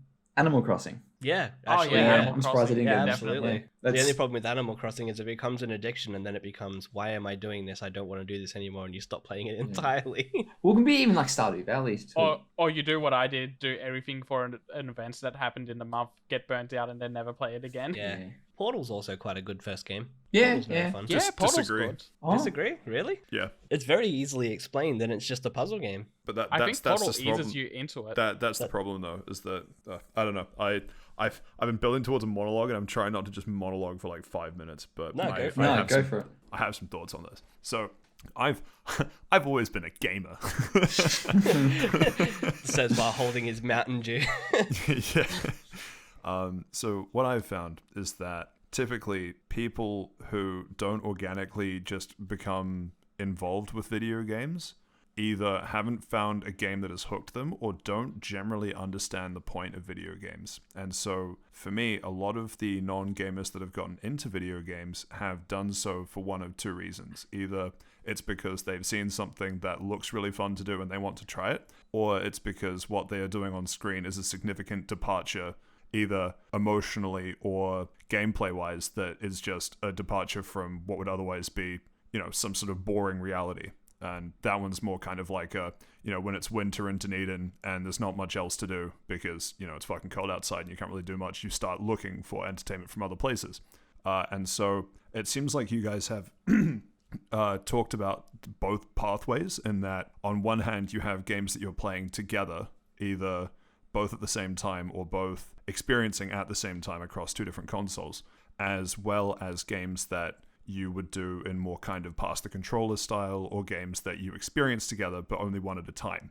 And so for me, quite a few of the games that I've been playing that have gotten other people at least interested as a starting point have been games that have something that is easy to hook into, that they then play, that they then want to know more about. And so Stardew Valley is a good one. Animal Crossing is a good one. Minecraft is also a good one for the same reasons. Yeah, I agree. But I would also switch it back to what Saif was saying with platformers being an easy start, which is why I don't think Portal's the right choice, because platformers traditionally have at least in the ones that aren't like Uncharted-y, like with humans in there, they generally have a very overly characterized character, or they overly characterized isn't the right word, an but appealing character to look at. Yeah, they have something that's visually interesting to look at when it's blown up. Because I remember when I was, I don't remember how old, but watching my cousin at the time play Sly 2. Wait, so he's not your cousin anymore? If he was your cousin No, at the I just time. mean at that time, I was playing Sly 2. Okay, thanks for clarifying. Also because that side of the family is weird, and I don't know if he's my cousin or like cousin once or twice removed or something. Some relative was playing Sly. I should have just said some relative was playing Sly 2. And thanks for listening, that cousin. Tell us what you really feel about that. Yeah. And the hook for me was that the characters are really cool. Sly, Bentley, and Murray. And the gameplay looked interesting enough, but there wasn't like some co-op aspect or something that I wanted to play. And the final point, the final part of the monologue is that a lot of the people that even enjoy watching games but don't enjoy playing them. Typically, not in every case, I don't want to generalize, but a lot of the time, the people that I know that have been in that position of liking video games but only wanting to watch is because they have either a fear of looking stupid when they try it for themselves, or they have a fear of not knowing what the consequences are of messing up. And so some games, such as some games with a really short gameplay loop, I should say, even something like Hades, where you can say from the outset, you will die at some point in this run, but you've only invested 20 or 25 minutes and there is absolutely zero downsides to you failing, actually makes a game more approachable for a lot of people, even though Hades actually has quite a high difficulty ceiling when you're first starting out. So I guess the point of the monologue is to say that it's really difficult to answer what sort of games or series would get someone into gaming. And, we've obviously tossed out a bunch of titles, but really it's, if they haven't organically gotten into gaming themselves, why? And then finding something that would fit that gap. And I think there is something that would exist in every case. It's just finding the right game for that gap. And monologue over. No, that's a really good way of putting it. Yeah, and you are sort of right. Like they do sort of have to learn that. Of course, they're not going to pick up the game and be perfect at it. Everybody will take some time, and it is sort of knowing that like it's. I've been playing it since it's my first memory is like playing Pokemon when I was like 3 years on the Game Boy Color. Like it's, in the womb. It's just, for all intents and purposes, that was my womb. Yeah, and it is sort of like a hobby that just sort of does take a little bit of time, and whether you want to sort of casualize the hobby and have them like do like easy games like Mario Odyssey or even like Animal Crossings or Stardew Valleys is one thing, but if you want them to go a bit and play with them together, you can look for co-op games like It Takes Two, or you can even sort of encourage them to like different sort of games that they might not know exist, like City Skylines or Roller Coaster Tycoon. There's like The Sims. That was the other one I was forgetting. Yeah, The Sims. The Sims is also popular for non-gamers. Yeah, it's a very popular. It's a very diverse hobby, and I'd always take the terms like gamers or non-gamers because there's always How do you gatekeep if you don't put a label on it? Exactly. Would you call people not a gamer just because like they're playing a phone game or something? Like, oh, that's not a real game. Oh, what's a real game? No, you can only make Elden Ring. No, when I say non-gamers, I mean people that don't describe themselves as gamers. Yeah. No, I'm saying it's more of like it's a weird point. As the gaming industry as a whole. But then at the same time, I'd call this a gaming podcast, not a hobby podcast. So, yeah. All right. Any final thoughts from Saif? Not really. I did have something I tangentially wanted to say about like the characters that are visually appealing, and like, oh hey, in fighting games, a lot of what gets people into certain games is just looking at a character and going, oh hey, that character is really cool looking, I want to give them a try, sort of thing. But yeah, like basically Pat hit everything. Like you got to find like what people are interested in, and if that'll stick really. A lot of the things I suggested, like the platformers or anything, is more like general. These kind of appeal to everyone, so give these a try because they're very easy to get into. But yeah, if you can find something that's like more specific to someone's taste just from knowing them, then yeah, go for that sort of route. There's only one thing I want to add really, and it's that if you're trying to play a game together for the sake of playing a game together, and you want them to enjoy it, it has to be something that you enjoy as well. If they see you not enjoying that game, then they're not going to have fun if they feel like they're just being a bother. So make it something that you will enjoy as well, and you can enjoy together. Elden Ring. Yeah, Elden Ring. But yeah, that's my thoughts on it. Closing thoughts, Steve? Yeah, talk to them. Like, if they don't want to play video games, they don't want to play video games. Like, the amount of times I ask my partner, hey, do you want to play? And she's like, absolutely not. I'm like, okay. Well, I'm playing, so if I get frustrated, you have to hear all these stories. And she's like, yeah, all right, that's fine. So whether her eyes roll in the back of her head when I'm just carrying the TV into the sidewalk because I'm like, that's it, Dark Souls, I've had enough. Or a little bit of lag in Halo has caused me to be like, that's it. And it's like, oh, if you're not having fun, why are you playing? I'm like, I'm having fun. I'm having fun in my own way. Yeah. I'm almost starting to enjoy my anger. We're kind of cathartic. Fuck. Wrap it up there. Well, Yeah. Hopefully that answers your question, Dan. Said probably in more words than other audience questions, but I think it's definitely an interesting discussion point. One final statement. 'Cause I don't know why I've been doing this for all the sections, but it just comes to me while I'm trying to wrap it up. But one of my good friends, his dad got into gaming later on, like, you know, from sort of 40s onward, and it was weird because there's something about when you become accustomed to game systems, there's some inherent knowledge of, if I press this button, I expect it to do something. And so it becomes really interesting when you hand the controller to someone that doesn't have that prior knowledge, and they are just missing context for basic things. Like the idea that, at least on a PlayStation controller, that cross in a platformer normally means jump is something that everyone that plays games knows, but it almost has to become a learned behavior. So I don't know. It's interesting because it's a whole bunch of those sorts of things that outside of the game that you're enjoying, you're also having to learn a whole bunch of systems to just get started, which can't really be taken into account with the game that you play. Anyway, hopefully that answers your question, Dan. Good luck. We look forward to hearing how it goes. Actually, we would be interested in hearing the game that you picked up, if it goes that way. We threw out a huge number of titles, and I'm sure we'd all be willing to chip in $5 to the winner of the title that you end up playing with your partner. Anyway, I don't remember that brings us. asking, But we can't go over 10,000 for the year, otherwise Capcom will be out on our ass. Yeah, I don't remember. I don't have that cover. Got to save it for Elden Ring. That does bring us to the end of the audience question and the end of episode 14. Are we all going to be still playing Elden Ring next week? Yes. Yeah, most likely. Probably not. Steve, what are you? Yet. Yeah, Okay. I want what to are you gonna play next week? So I got the true ending for Persona, so that's done. I want to get it. So Oh, nice. oh, Congrats. good. Oh, man, mwah, fan. Anyway, I can see you talking about it for ages. I'll probably get into Super Mega Baseball 3 because that just dropped on Game Pass, and I'm a big fan of that series. And I'm not sure how much you guys know about baseball, but the season's been delayed. None? Well, same. But the season's been Bottom delayed. of the ninth, bagels. That's about it. Home run, strike. Hot dog. Get your hot dogs. Back scratcher.